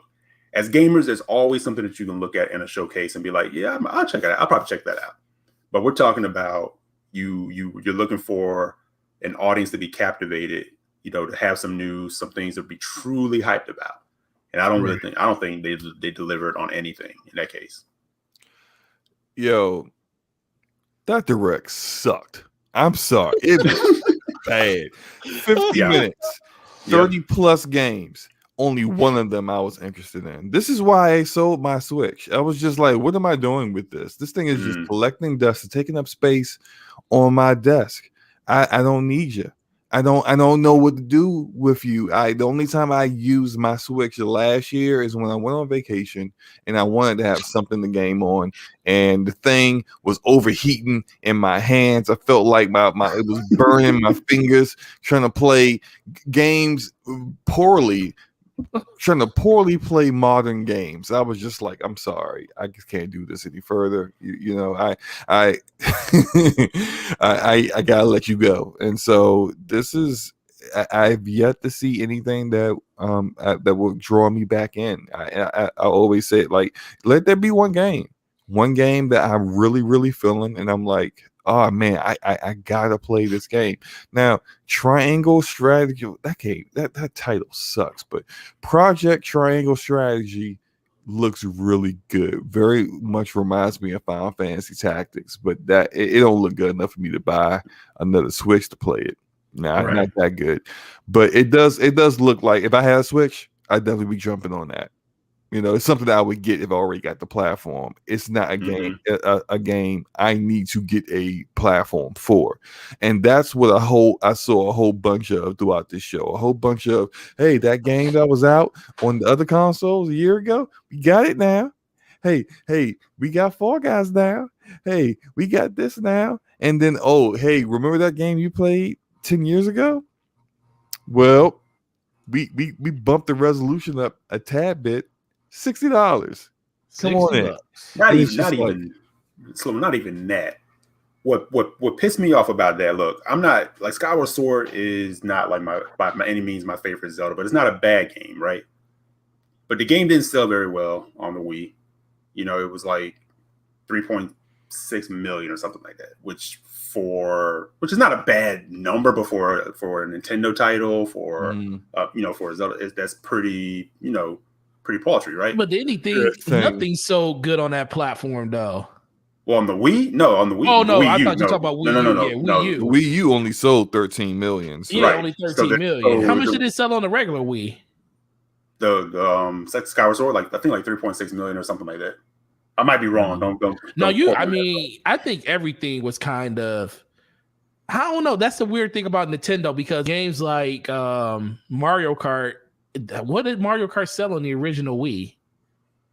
Did it, because it just seems like more people are buying, like Nintendo gamers are buying more Nintendo stuff this generation than any generation ever before. Mm-hmm. I think that's kind of part of it, because when I look at Skyward Sword and I look at, like even Breath of the Wild or 3D Land, games like that, a lot of the Nintendo fans, even Nintendo fans that knew that the Wii U was an actual new system, we're not even talking about the casual fans that thought it was an add-on. We talk about the people that actually knew what the system was. They didn't even go out there and really buy a bunch of the Nintendo properties with the Wii U, because the attach rate wasn't as high. But it just seems like for the Switch, everything kind of flipped. So I kind of just look at this like, okay, so what's going to happen with this game? And we were talking about this on Brap yesterday, and I just think this game's going to print money, just like every other game that they release, because it just seems like as of right now, Nintendo's in that sweet spot where they can pretty much do no wrong when it comes to whatever game that they release from their first party. And people are more than willing to give them $60 for a game that came out 2 generations ago. Well, I mean, that feels apparent by the way the Nintendo Direct went. It's not like, in my opinion, they didn't bring their A game. I don't know if they felt that they were hitting on it. They gave their 2 generation old game. That's what they brought. Right. And yeah, I was right. So Skyward Sword sold 3.6 million. Now Mario Kart Wii sold 37 million. On Wii U it sold 8 million. Mario Kart 8 did. It sold, you said on Wii U it sold 8 million? Mario Kart 8 on Wii U, 8.45 million. And what did it sell on Wii? 32 million. So different games, but it's still it was basically Mario Kart 7. But Mario Kart 8 install base wise was really good on the Wii U. That was a really good attachment. Yeah, that was really good. That was like it was like 60%, 70%. Right. What is it on Switch? Is it like 40 something million? gotta be easily something like that. I mean, it's at least that's still like the number one selling game on there, right? it's still like the number one selling game on there, right? Yeah, because it's the only one that they bundle with a game every year when it comes to that bundle they do at the holiday. Right. Watch the what I'll say with Wind Waker later this year. I think that's happening. I think you're gonna get Wind Waker and Skyward Sword. Now here's the thing. Not Skyward Sword, I'm sorry, Twilight Princess. Now I 100% agree with Forte. I think this game is definitely gonna sell well. You know, people are laughing and goofing and they'll definitely pick it up. Like I said, it's not a bad game. But what got me was this is your first major direct back, right? Mm-hmm. And while you may not have a ton to say about Breath of the Wild 2, you could say something, but no, you decided to say, we know why you're here, but we can't say nothing. We don't have anything to say about the game that you want to see, but we're going to show you this average Wii Zelda game that we're going to like sort of up res and then pay, charge you $60 for. Again, yeah, whatever. That's whatever you're going to do. But at the same time, it's sort of like, now you're kind of like trolling people, real hard.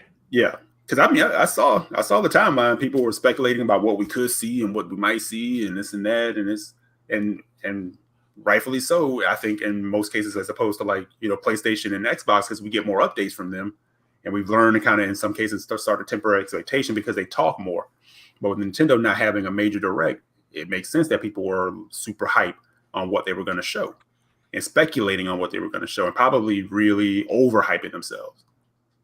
But they could have had something in there that kind of really, said, hey, we don't have much more to say, but here is what this is looking like at this point, or here is where we stand with this, I just find it interesting that some of the same people who were like, I can't believe BioWare and EA is charging $60 for the same engine with some visual improvements and some quality of life improvements for the first game, and this is $60, but they're all in on $60 for Skyward Sword. Right. Interesting. And then you're getting 3 games. That's like when people said $60 for the Mass Effect Legend, I'm like, yeah, that's three games. You're getting 3 games. That's like $20 a pop. Yeah. One of those games alone is longer than Skyward Sword. Right.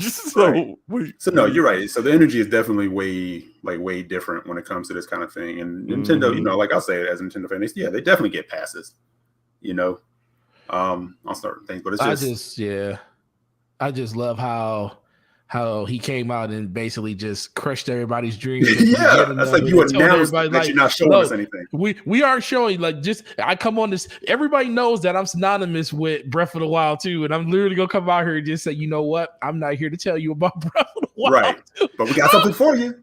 He diametric us. He diametric us. And the thing is, don't say anything. If you're not gonna show Breath of the Wild, don't say anything about it. Just say, hey, I'm the creator, or I'm the current, design lead behind Zelda. It's a very passionate project for us, or however you want to say it, right? And you say, and we're gonna bring a classic over to the Switch, and here it is, Skyward Sword. Don't even mention Breath of the Wild.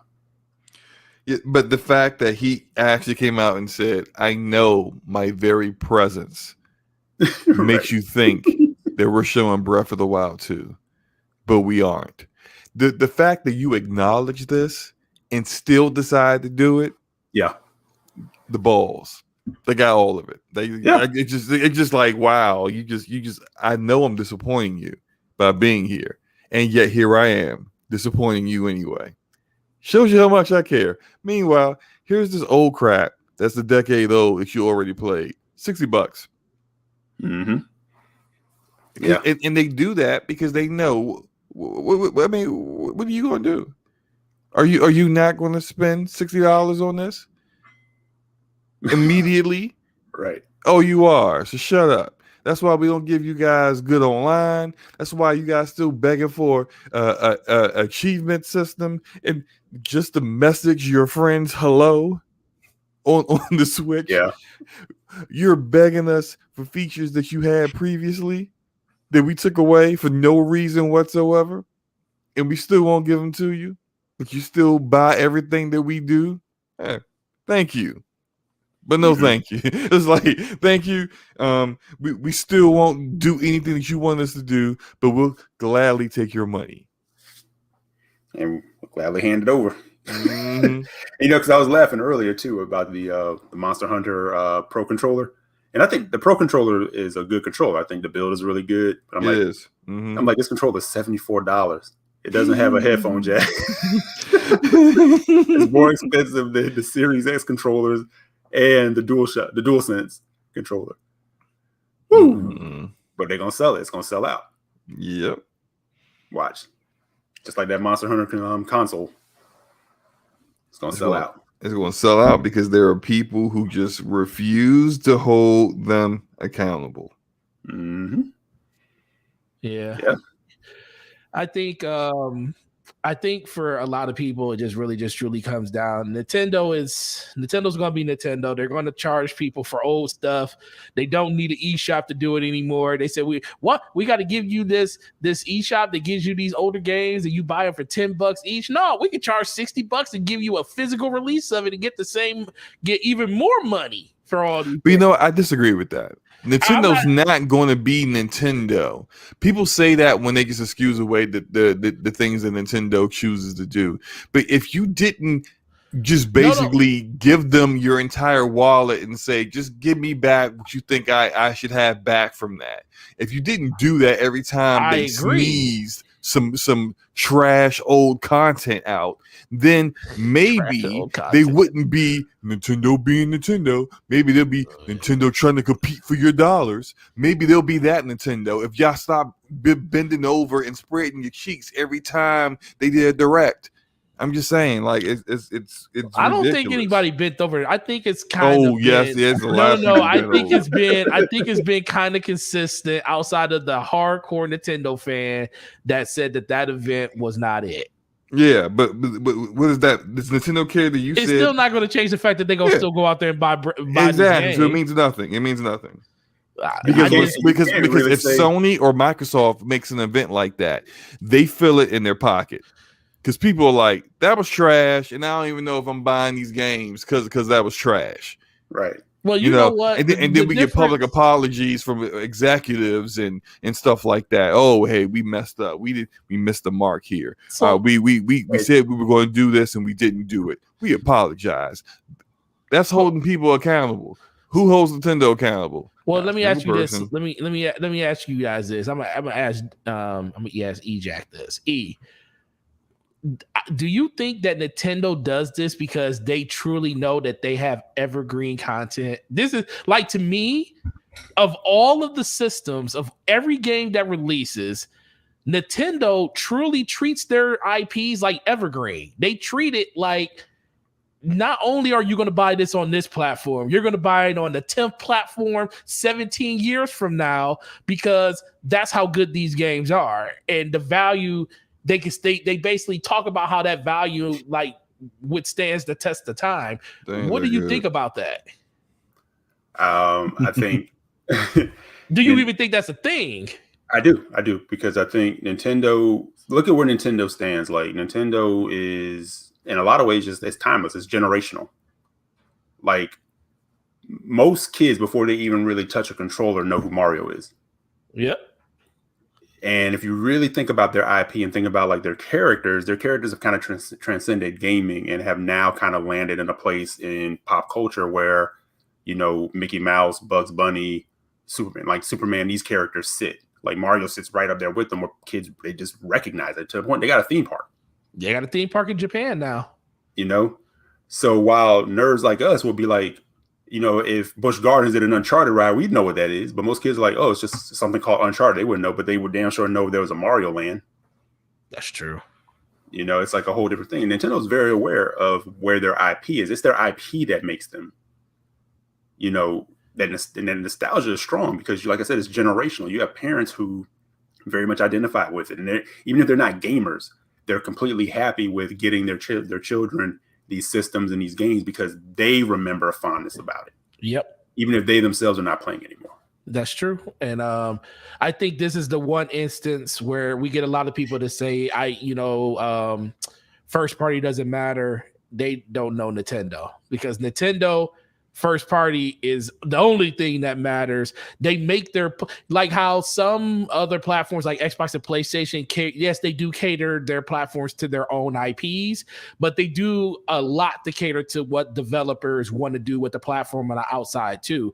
Nintendo, we're going to give you this platform. We're making it for our games, and you're going to make games for it because we're going to sell so many of them that you're going to want to find a way. Look, that's why I always get mad at these developers when they come out and talk about, oh, how hard it is to develop for this system and how this system isn't up to snuff and it doesn't have enough RAM and it doesn't have enough GPU horsepower and all this other stuff. But then yet in the same voice, you find a way to put that same game on the Switch. Because guess what? The Switch makes money. And when a system makes money, you will do anything you can to be a part of that money-making scheme. So, so Nintendo know what they're doing, and they will continue to keep doing this until, like Slomo just said, people just say this isn't it. But enough is enough. I don't think that's ever going to happen, though, because it's at this point, it's just going to keep going. Yeah, because I want to highlight what Racer just said. You know, he said Nintendo also has a high level of quality control, and that's another thing too. Is like you rarely hear about like Nintendo game being broken, right? Like they'll get stability patches, do stuff. So they're synonymous with quality. They still have that seal on their games. Like they will not send out a game until it is like polished or till a point where they feel it's okay to go out. And it's never a thing where it's like we're going to ship it and then fix it as it goes. Right. Or if it doesn't. Or if it doesn't reach a certain level of quality, they'll just cancel and reboot like they did Metroid Prime 4. There you go. Yep. You know, and if you really kind of think about the nostalgia play of Nintendo properties, when you get outside of Mario and you get outside of, I know everybody always asks for Metroid and people love Zelda, but those are not their top selling games.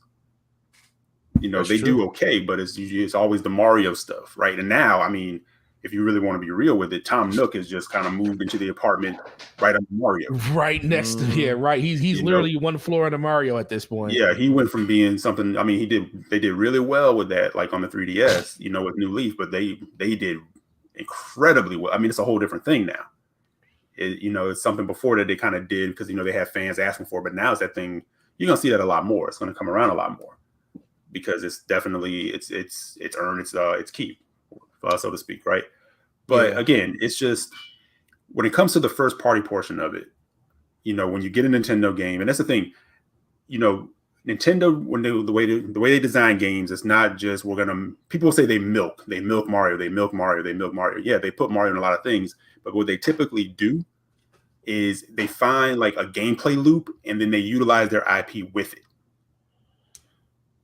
And the gameplay loop will feature that character, like a Mario or whatever case, and then they may bring in some other characters to do whatever. But typically, if Mario is like platforming and does whatever, but they'll add some kind of function to it or do something different with it, where it's sort of, it feels new, even though it's the character that you're familiar with, but the gameplay loop is different. Yeah. So I mean, they have a certain level of quality that they look for, and it's not like I personally don't care for Nintendo first party games. I think they all are boring, but I do agree with Eric that they never come out buggy. You never hear people saying, "Oh, this game's unplayable." Like there are bugs all over the place. I'm falling through the map. The frame rate keeps dropping to the teens. I can't play this game. That never happens with Nintendo. That is that from the point when I was a child, I knew about the Nintendo seal of approval. Yeah, that has been their mantra forever. The seal of approval. I used to see it on the cover of Nintendo Power magazine. Mm-hmm. It's a quality game. Yeah, that's that level of quality that they got now. In my eyes, quality is subjective. So if a game is boring as all get out, then I don't care. One of your favorite games on the Switch was Three Houses, and that was in they didn't make that. They didn't make that. It was still Nintendo. It was still. But see, this is what got me to get a Switch. It wasn't because of their first party games. It was them making deals, to get second party games. The Marvel Ultimate Alliance 3, Fire Emblem 3 Houses, Astral Chain. Those 3 games were the games that I was like, back in 2019, I was like, yo, the Switch is where it was at, man. So that's why I was playing the whole I was loving it. Yeah. And then they stopped getting those second party deals. Yeah, they've definitely hit a patch right now where, you don't even have to wonder. You already know, like, if it was the other two, you'd be hearing about it. That's true. Mm-hmm. Yeah. So. Cool. Well, we know the direction Nintendo's going into the moon. They going to the moon as usual, and we just waiting for that Switch Pro to come out. And once that comes out, they gonna pass the moon and they going to Jupiter. Because that's what's gonna happen with that system when they finally do it. You don't know that. Look, they going to the dude. No, if they come out with a Switch Pro, they going to Jupiter. Y'all keep ignoring how Nintendo is, man. Slow-mo. If they come out with a Switch Pro, name the last time they have launched 2 back-to-back platforms successfully. Oh my God. What am I wrong? Slow-mo. We're not talking about I didn't say the next system. I said if they release this Switch Pro, they're going to Jupiter, meaning the Switch Pro will be an iteration of what they already have. Is a new platform. No, it's not. It won't be a new. How you know that? How you know that? How you know that? How you know that? How you know that? The Wii U. Thank you, Eric. Exactly what I was about to say. Why y'all keep forgetting who Nintendo is? Okay. Why y'all do this all the time? Y'all act like they finally figured it out, and then they do something dumb. I'm just telling you, if the Switch Pro is basically a better version of the Switch, they're going to Jupiter. Okay. And now, if it's something different, that's completely Nintendo different. Being logical. You said what? That would be Nintendo being illogical. Well, that's all I'm saying. I'm not. Listen, I'm not. Look, you're absolutely right. But that. Well, you're absolutely right in what you're saying. They can literally fumble the ball and give us something completely different and call it Switch Pro, and it's not even a Switch. See, look, they can definitely do that. My point: the last time Nintendo launched successful back-to-back platforms, the NES to the SNES. Thank you, Racer, in the chat. Guess how old I was when that happened. I don't know how old. I haven't even hit puberty yet. Okay, that's how long it's been since they did that. So if you're banking on something they did in the early '90s, I'm not banking on it. I'm just in the mindset of hoping that this is all hope. We don't know what they're going to do. We don't know. Should be hoping if they do them to give you some of the quality life things that these other platforms implement. Yeah, but I don't. See when people say that, I agree they should add that stuff, but it doesn't affect me at all because I would never use that stuff because I don't use the Switch for that. So it does, and I think that's the. And listen, serious. No, listen, slow-mo. Let's be for real. Slow-mo. No, let's be for real here. Do that. No, slow-mo. Let's be for real here. I'm being for real. Are you literally going to log in? I'm not saying that they should not do these things. It should be done. It should be an ecosystem. Don't you want an achievement system? No, I do want an achievement system, but that's the only thing I really say they definitely need to have as an achievement system because that would make me want to play those games more. In the system so you could be able to talk to people who play multiplayer games. Don't you want that? I don't play multiplayer games on Switch. Oh my gosh. Wow. Do you play multiplayer games on your Switch? I don't have a Switch to play it on. EJack, do you play multiplayer games on your Switch? Well, I'll be real.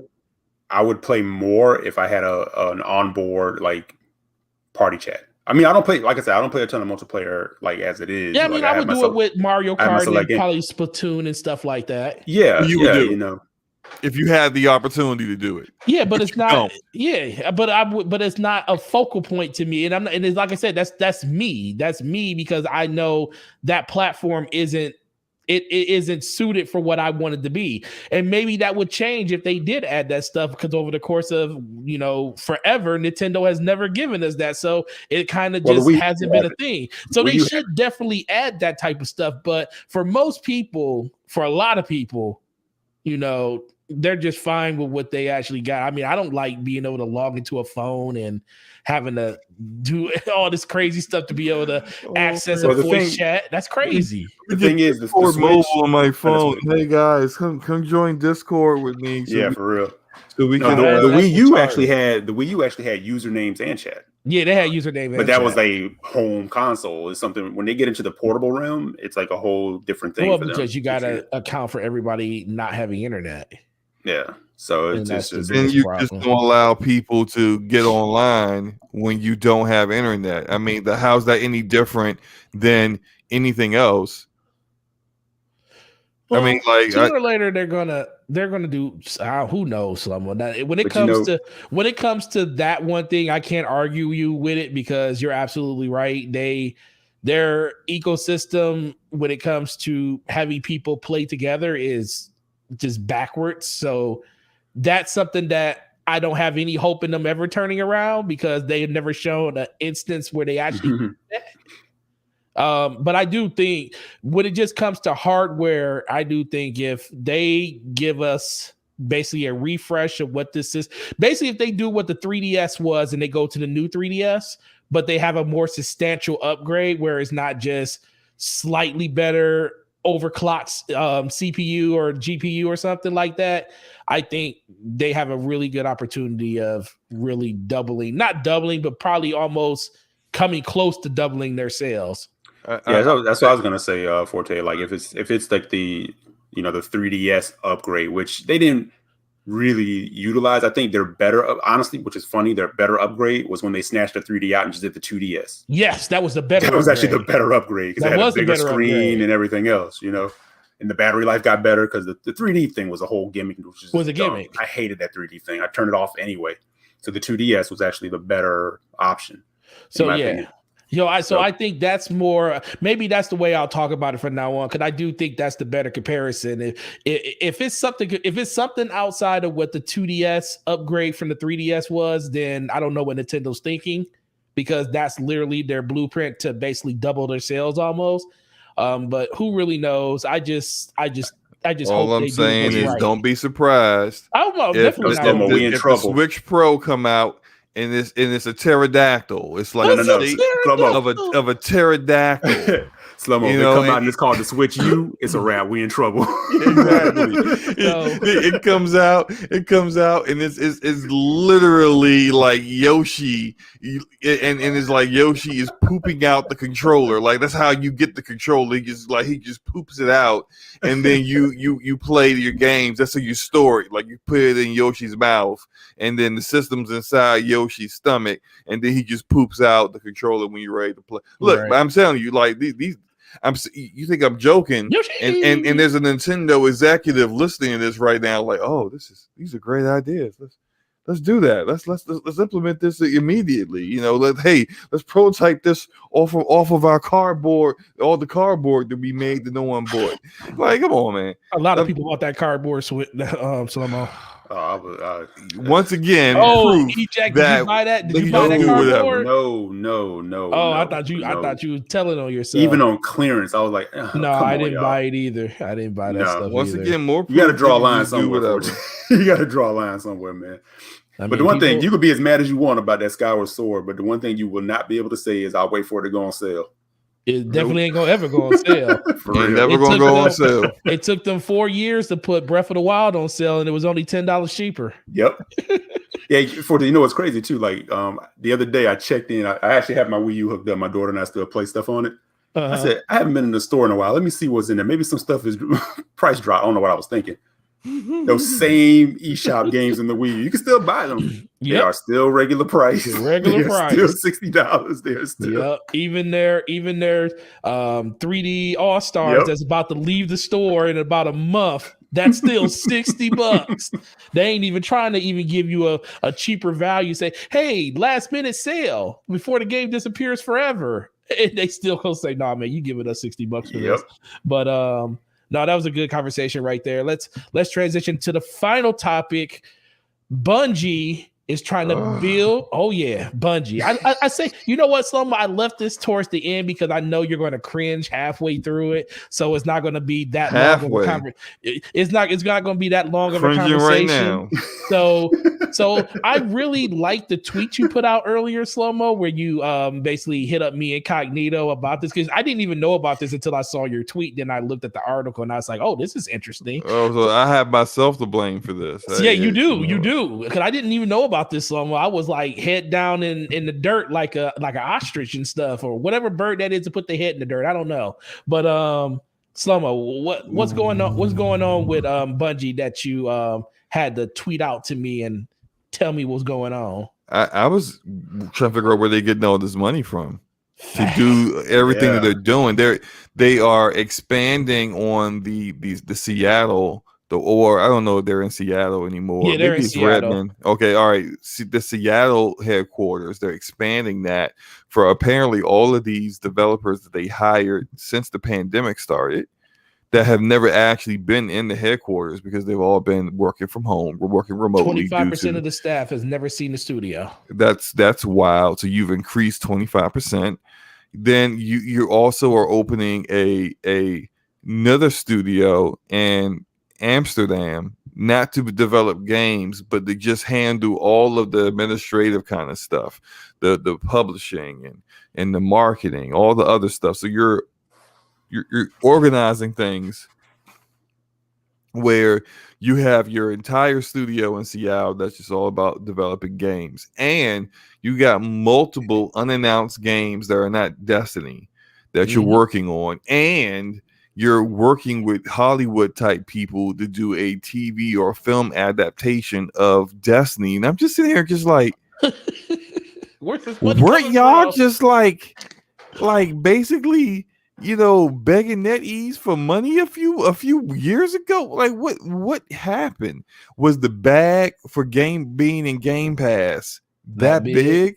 Because really, y'all really came up. I mean, it's like good times out here. You're moving on up, to the east side. Bungie running that white powder through their studio. Something's happening, man. They selling booty on the corner of Seattle or something, man. I don't know what's going on, but I didn't know Destiny. Dust cost. That's the silver. The silver. Was really. Y'all really been supporting them apparently, because good grief, they really are. I buy $15 worth every season. Yeah, they do have a solid good 2 to 3 million that play consistently. So I guess that, but I was always under the assumption that was basically all they could do to keep Destiny going.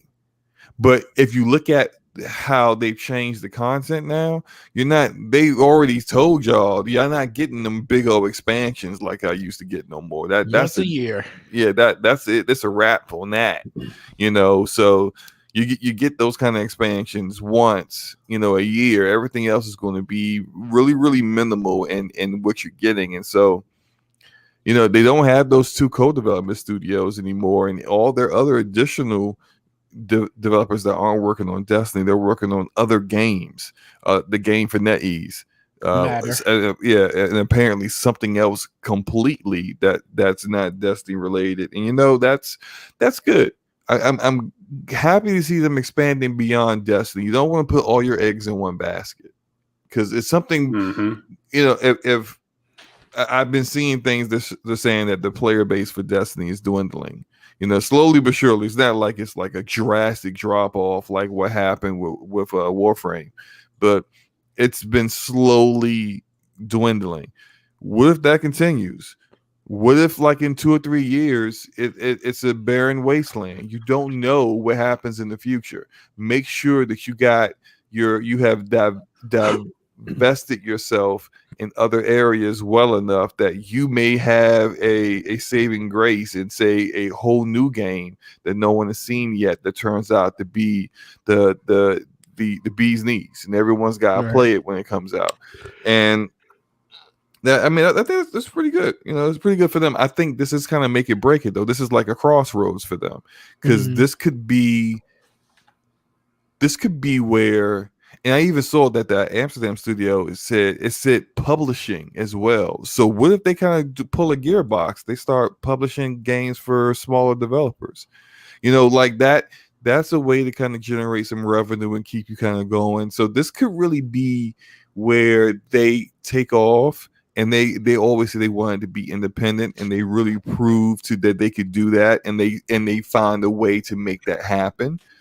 Or they could be like Platinum, where Platinum is always seeming to be making bad decisions and ending up needing money, or be at the verge of being shut down, and maybe they end up having to take a deal with Microsoft and get acquired.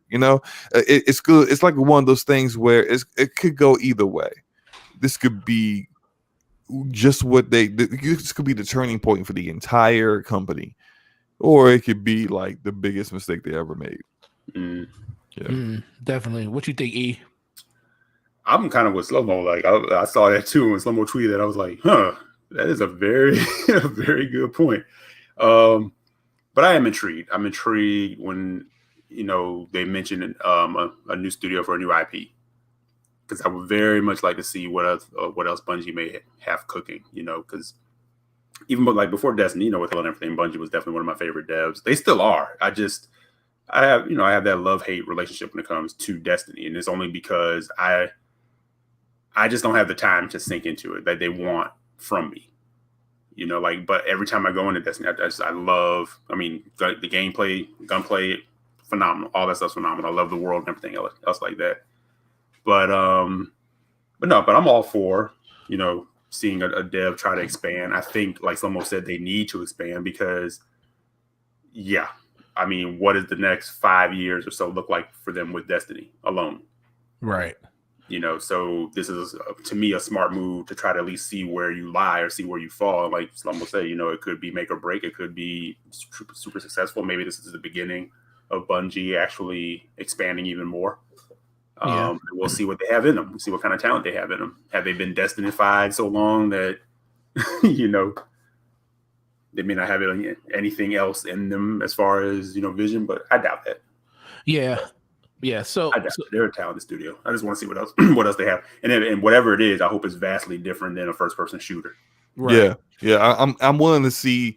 I agree with Eric. We've seen other studios be really good at one kind of game, and then they kind of pivot, and come to find out they can just do anything.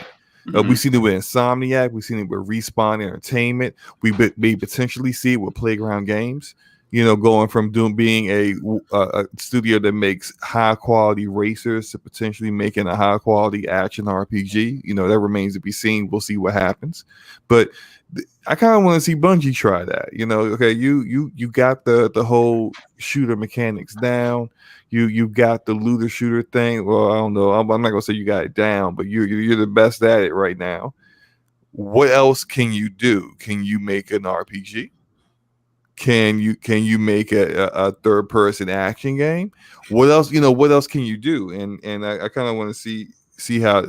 I'm curious to see how they grow with that, but we'll see. Yeah, I'm very excited for the future of what Bungie can do going forward. A lot of people look at especially Destiny because they think that when you watch that game, it's like you could definitely tell it's the developer that is kind of up against it because the player base wants so much. And Slomo knows this about being in looter shooters and stuff. You can never satisfy that hunger that a gamer that loves the type of games wants to be a part of. It's like that. It's never enough content. So Bungie has to kind of find a way to distance themselves away from this game as much as they can. That doesn't mean that Destiny's going anywhere. Even in their statement, they talked about how this move isn't just to ensure the future of Bungie when it comes to these extra IP, these two IPs they're making. One which we know is Matter. We don't know what the second one that they're actually making, which was probably the biggest part of this press release, that they actually are basically developing 3 games at once right now. And we all know that Destiny is definitely not the game that's at the forefront, even though that is the game that they consistently are working on that we know about right now. So it really just comes down to what's going to happen in 2023, 2024. We know Lightfall is the game that's coming out next end of next year. This year we're getting the Witch Queen, which is you mean the expansion? The expansion. Game. Oh yeah, game. Well, the expansion that's coming out at the end of this year is Witch Queen. Then that's going to all culminate itself with Lightfall at the end of next year. So, and that's basically as far as we know Destiny is going with Bungie as of right now. But we did hear them say that there will be future expansions inside of Destiny. They're just not talking about that right now. Now, how that's going to be implemented, is Destiny going to be something that they're going to basically just have people just kind of just hold the helm at, because they're going to definitely focus on these other IPs, because they're saying both IPs will be released by 2025, which is 2 years after their last DLC for Destiny is released at that time. So it's good to see that they're making this move. I do think Microsoft or Sony or whoever, somebody's going to help them be in development to help them make this Destiny content, because I don't think they're just going to let that game fall by the wayside. It really, truly just comes down to how player engagement is over the next couple of years. As of right now, looking at the numbers, they had 883,000 people that played the game last night alone. And that is down compared to when the season started, which was around 2.2 million people. So a lot of people definitely dropped off the game, and it happens every time a new DLC comes out. So people are just tired of the game. People just want something new, something refreshing. People will always come back for new things that happen in Destiny. But I'm with you guys. I do want to see what's the next thing that they can do. What's the next experience that we can get from them that's not just a shooter, but something in the RPG realm? What's the next myth going to be from them? What's the next Oni going to be from them? The games that most people don't even know that they developed. This is what's part of their development tree. And I don't think people Marathon was Marathon. Yeah, Marathon was another one. So it was Myth, then Marathon, then it was Oni, then it was Halo. So they have a long, rich history of just different types of genres and games. Now the thing is, this is a completely different Bungie that made those games before. But I'm really excited to see exactly what's going to happen when they finally do start releasing these newer games. Yeah, I agree. It's very interesting, and I really want to see them grow and turn into one of those developers that you look back and you're just like, wow, they used to just do Destiny, and then now they're doing so many different things. They got their hands in different other arenas, different other genres in gaming, but. Slomo just wants to see the death of Destiny. That's it. I mean, not really, but yeah, maybe. Just a little bit. He wants you back, Forte. That's all. He always got me back. All you gotta do is tell me what he want to do. Sure. Why you say it like that? I used to play Rogue Company with you all the time. What? I used to play with you all the time. All the time I used to play it with you. Okay, you played a few times with me. It was all the time that I played that. I never played that game by myself, and I always played with you. Okay, well, what's your rogue level? What 13? 13. Ask me what my rogue level is. Oh, you play almost every day. What is it, like 160? 230. Yeah, you play too much. It's like, no, it ain't that much. It's like It's up there. I can't remember exactly, but it's pretty high. Is it like above 150? Yeah. Yeah, you play too much. It's okay. I understand. I play too much. You play too much. I can me saying someone plays too much when I got over 6,000 hours in Destiny 2. Exactly. But this is DPS Podcast episode 23. Another one in the books. I truly appreciate our guest Eric Jackson coming through. We missed you on Brap the other day, man, too. So definitely just being on. I know you guys had J-Main. So let me brag on something real quick. Go ahead. Eric, brag. Go ahead. Eric skips Brap, but he comes to DPS. Hey. Ooh! What's up, Enrique? Let me stop. You know what? I'm not gonna lie. I actually thought about that when he posted in the chat that he wasn't coming. I was like, "Ooh, he's coming to DPS, but he ain't going to Brap. We got a mutiny going on." Oh, no! Shout out to Basement Radio Arcade Podcast. That's always going to be home, man. That's where we all met, man, and that's where we will continue to be great together. And like I said, really appreciate you coming through. This is not going to be nowhere near the last time you're going to be here. We'll be calling you up whenever some other tomfoolery comes up that we want to talk about that we're going to need some type of mediator for. But please let everybody know where they can find you and check out everything that you're doing in your gaming life. No doubt. Let me first say, as always, man, I appreciate you guys inviting me. You know, I love chopping it up with you guys, talking to you guys. And yeah, for people who might be, falling across this podcast, if you're not following these two gentlemen, you should definitely fix that. They definitely keep the community in a good place, because there's a lot of like Forte just said, there's a lot of tomfoolery that goes on, but you guys always bring good opinions and good points. So yeah, I love chopping up with you guys. Love the chat. Shout out to the chat. You guys are great. But yeah, you can find me on Twitter, ecjaxson with an X. And other than that, Brad Podcast, Wednesday nights at 9:00 with you guys. And Gaming Perspective Podcast, Tuesday nights at 8:00. Absolutely, man. Well, shout out to them. Shout out to everybody on the Gaming Perspective Podcast, man. That's a great show. Don't get it. I don't watch it as much as I need to. I always catch it on rerun. I need to catch it while it's live one time. Yeah, I always catch it on rerun as well. Yeah, I need to catch it while it's live. But yeah, thanks again for coming through. Shout out to Basement Radio Arcade Podcast. Slomo must have brought him up. DPS, what's up, baby? No, appreciate you coming through, Brad. You the host with the most. We basically just took everything that you taught us and we made it our own over here, and we just had to borrow 1/4 of the podcast and bring him over here with us. We got to get you over here one day, man. We haven't had Enrique over here yet, have we? We had Enrique on with us before we officially started, like before we had the name and started the show officially. So since we've been DPS, we haven't had Enrique yet, but we got rectify that real soon. Yeah, we definitely got to get you over here, man, and definitely. But but that's, like I said, appreciate you again, E, for coming through. And Slamonius Backslapius,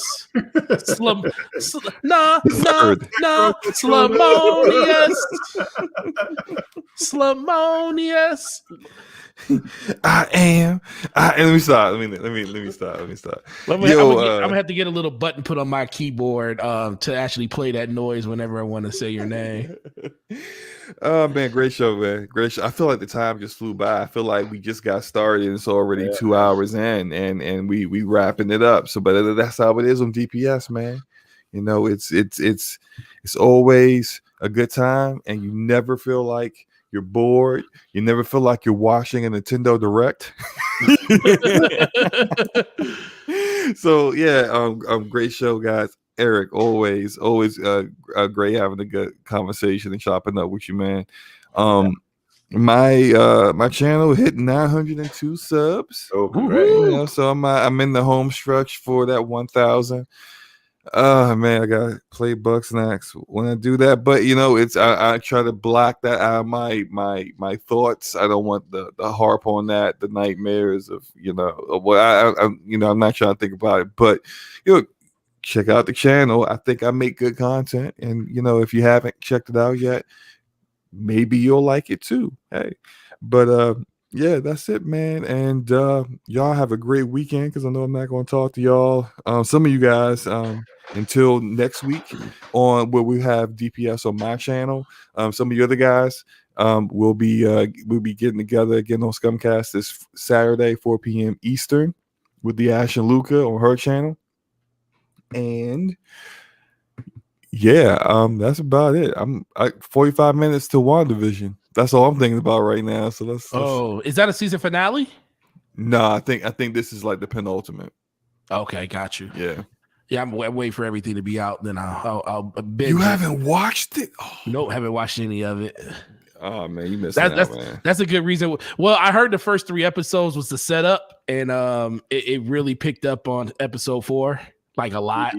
Yeah, but it delivers. Like it's so the first 3 episodes so interesting and so well done. It's not just like, oh, well, this is weird and curious, but all right, but it has that, and it has its weird quirks, but then it's well acted, it's well crafted to the point where when some of those reveals start to hit, you see how it was set up so well. It's not like some of these trash stories we'll see where it's like you watch a whole movie and then at the end turns out like the best friend was the murderer the whole time and there was 0 signs. And it's like it actually creates plot holes for the first 2/3 of the movie because they didn't set it up at all. It's nothing like that at all. It's really good, man. You'll enjoy it when you finally watch it all. And what's crazy is it, like, production wise, you think you're watching a movie. Yeah. You know, so it's like it really is setting the tone for what's to come. I 1000% agree. It is basically, I think it is the foundation of where WandaVision is like the foundation of what the MCU is doing going forward. Mm-hmm. It's like the new starting point. It's like the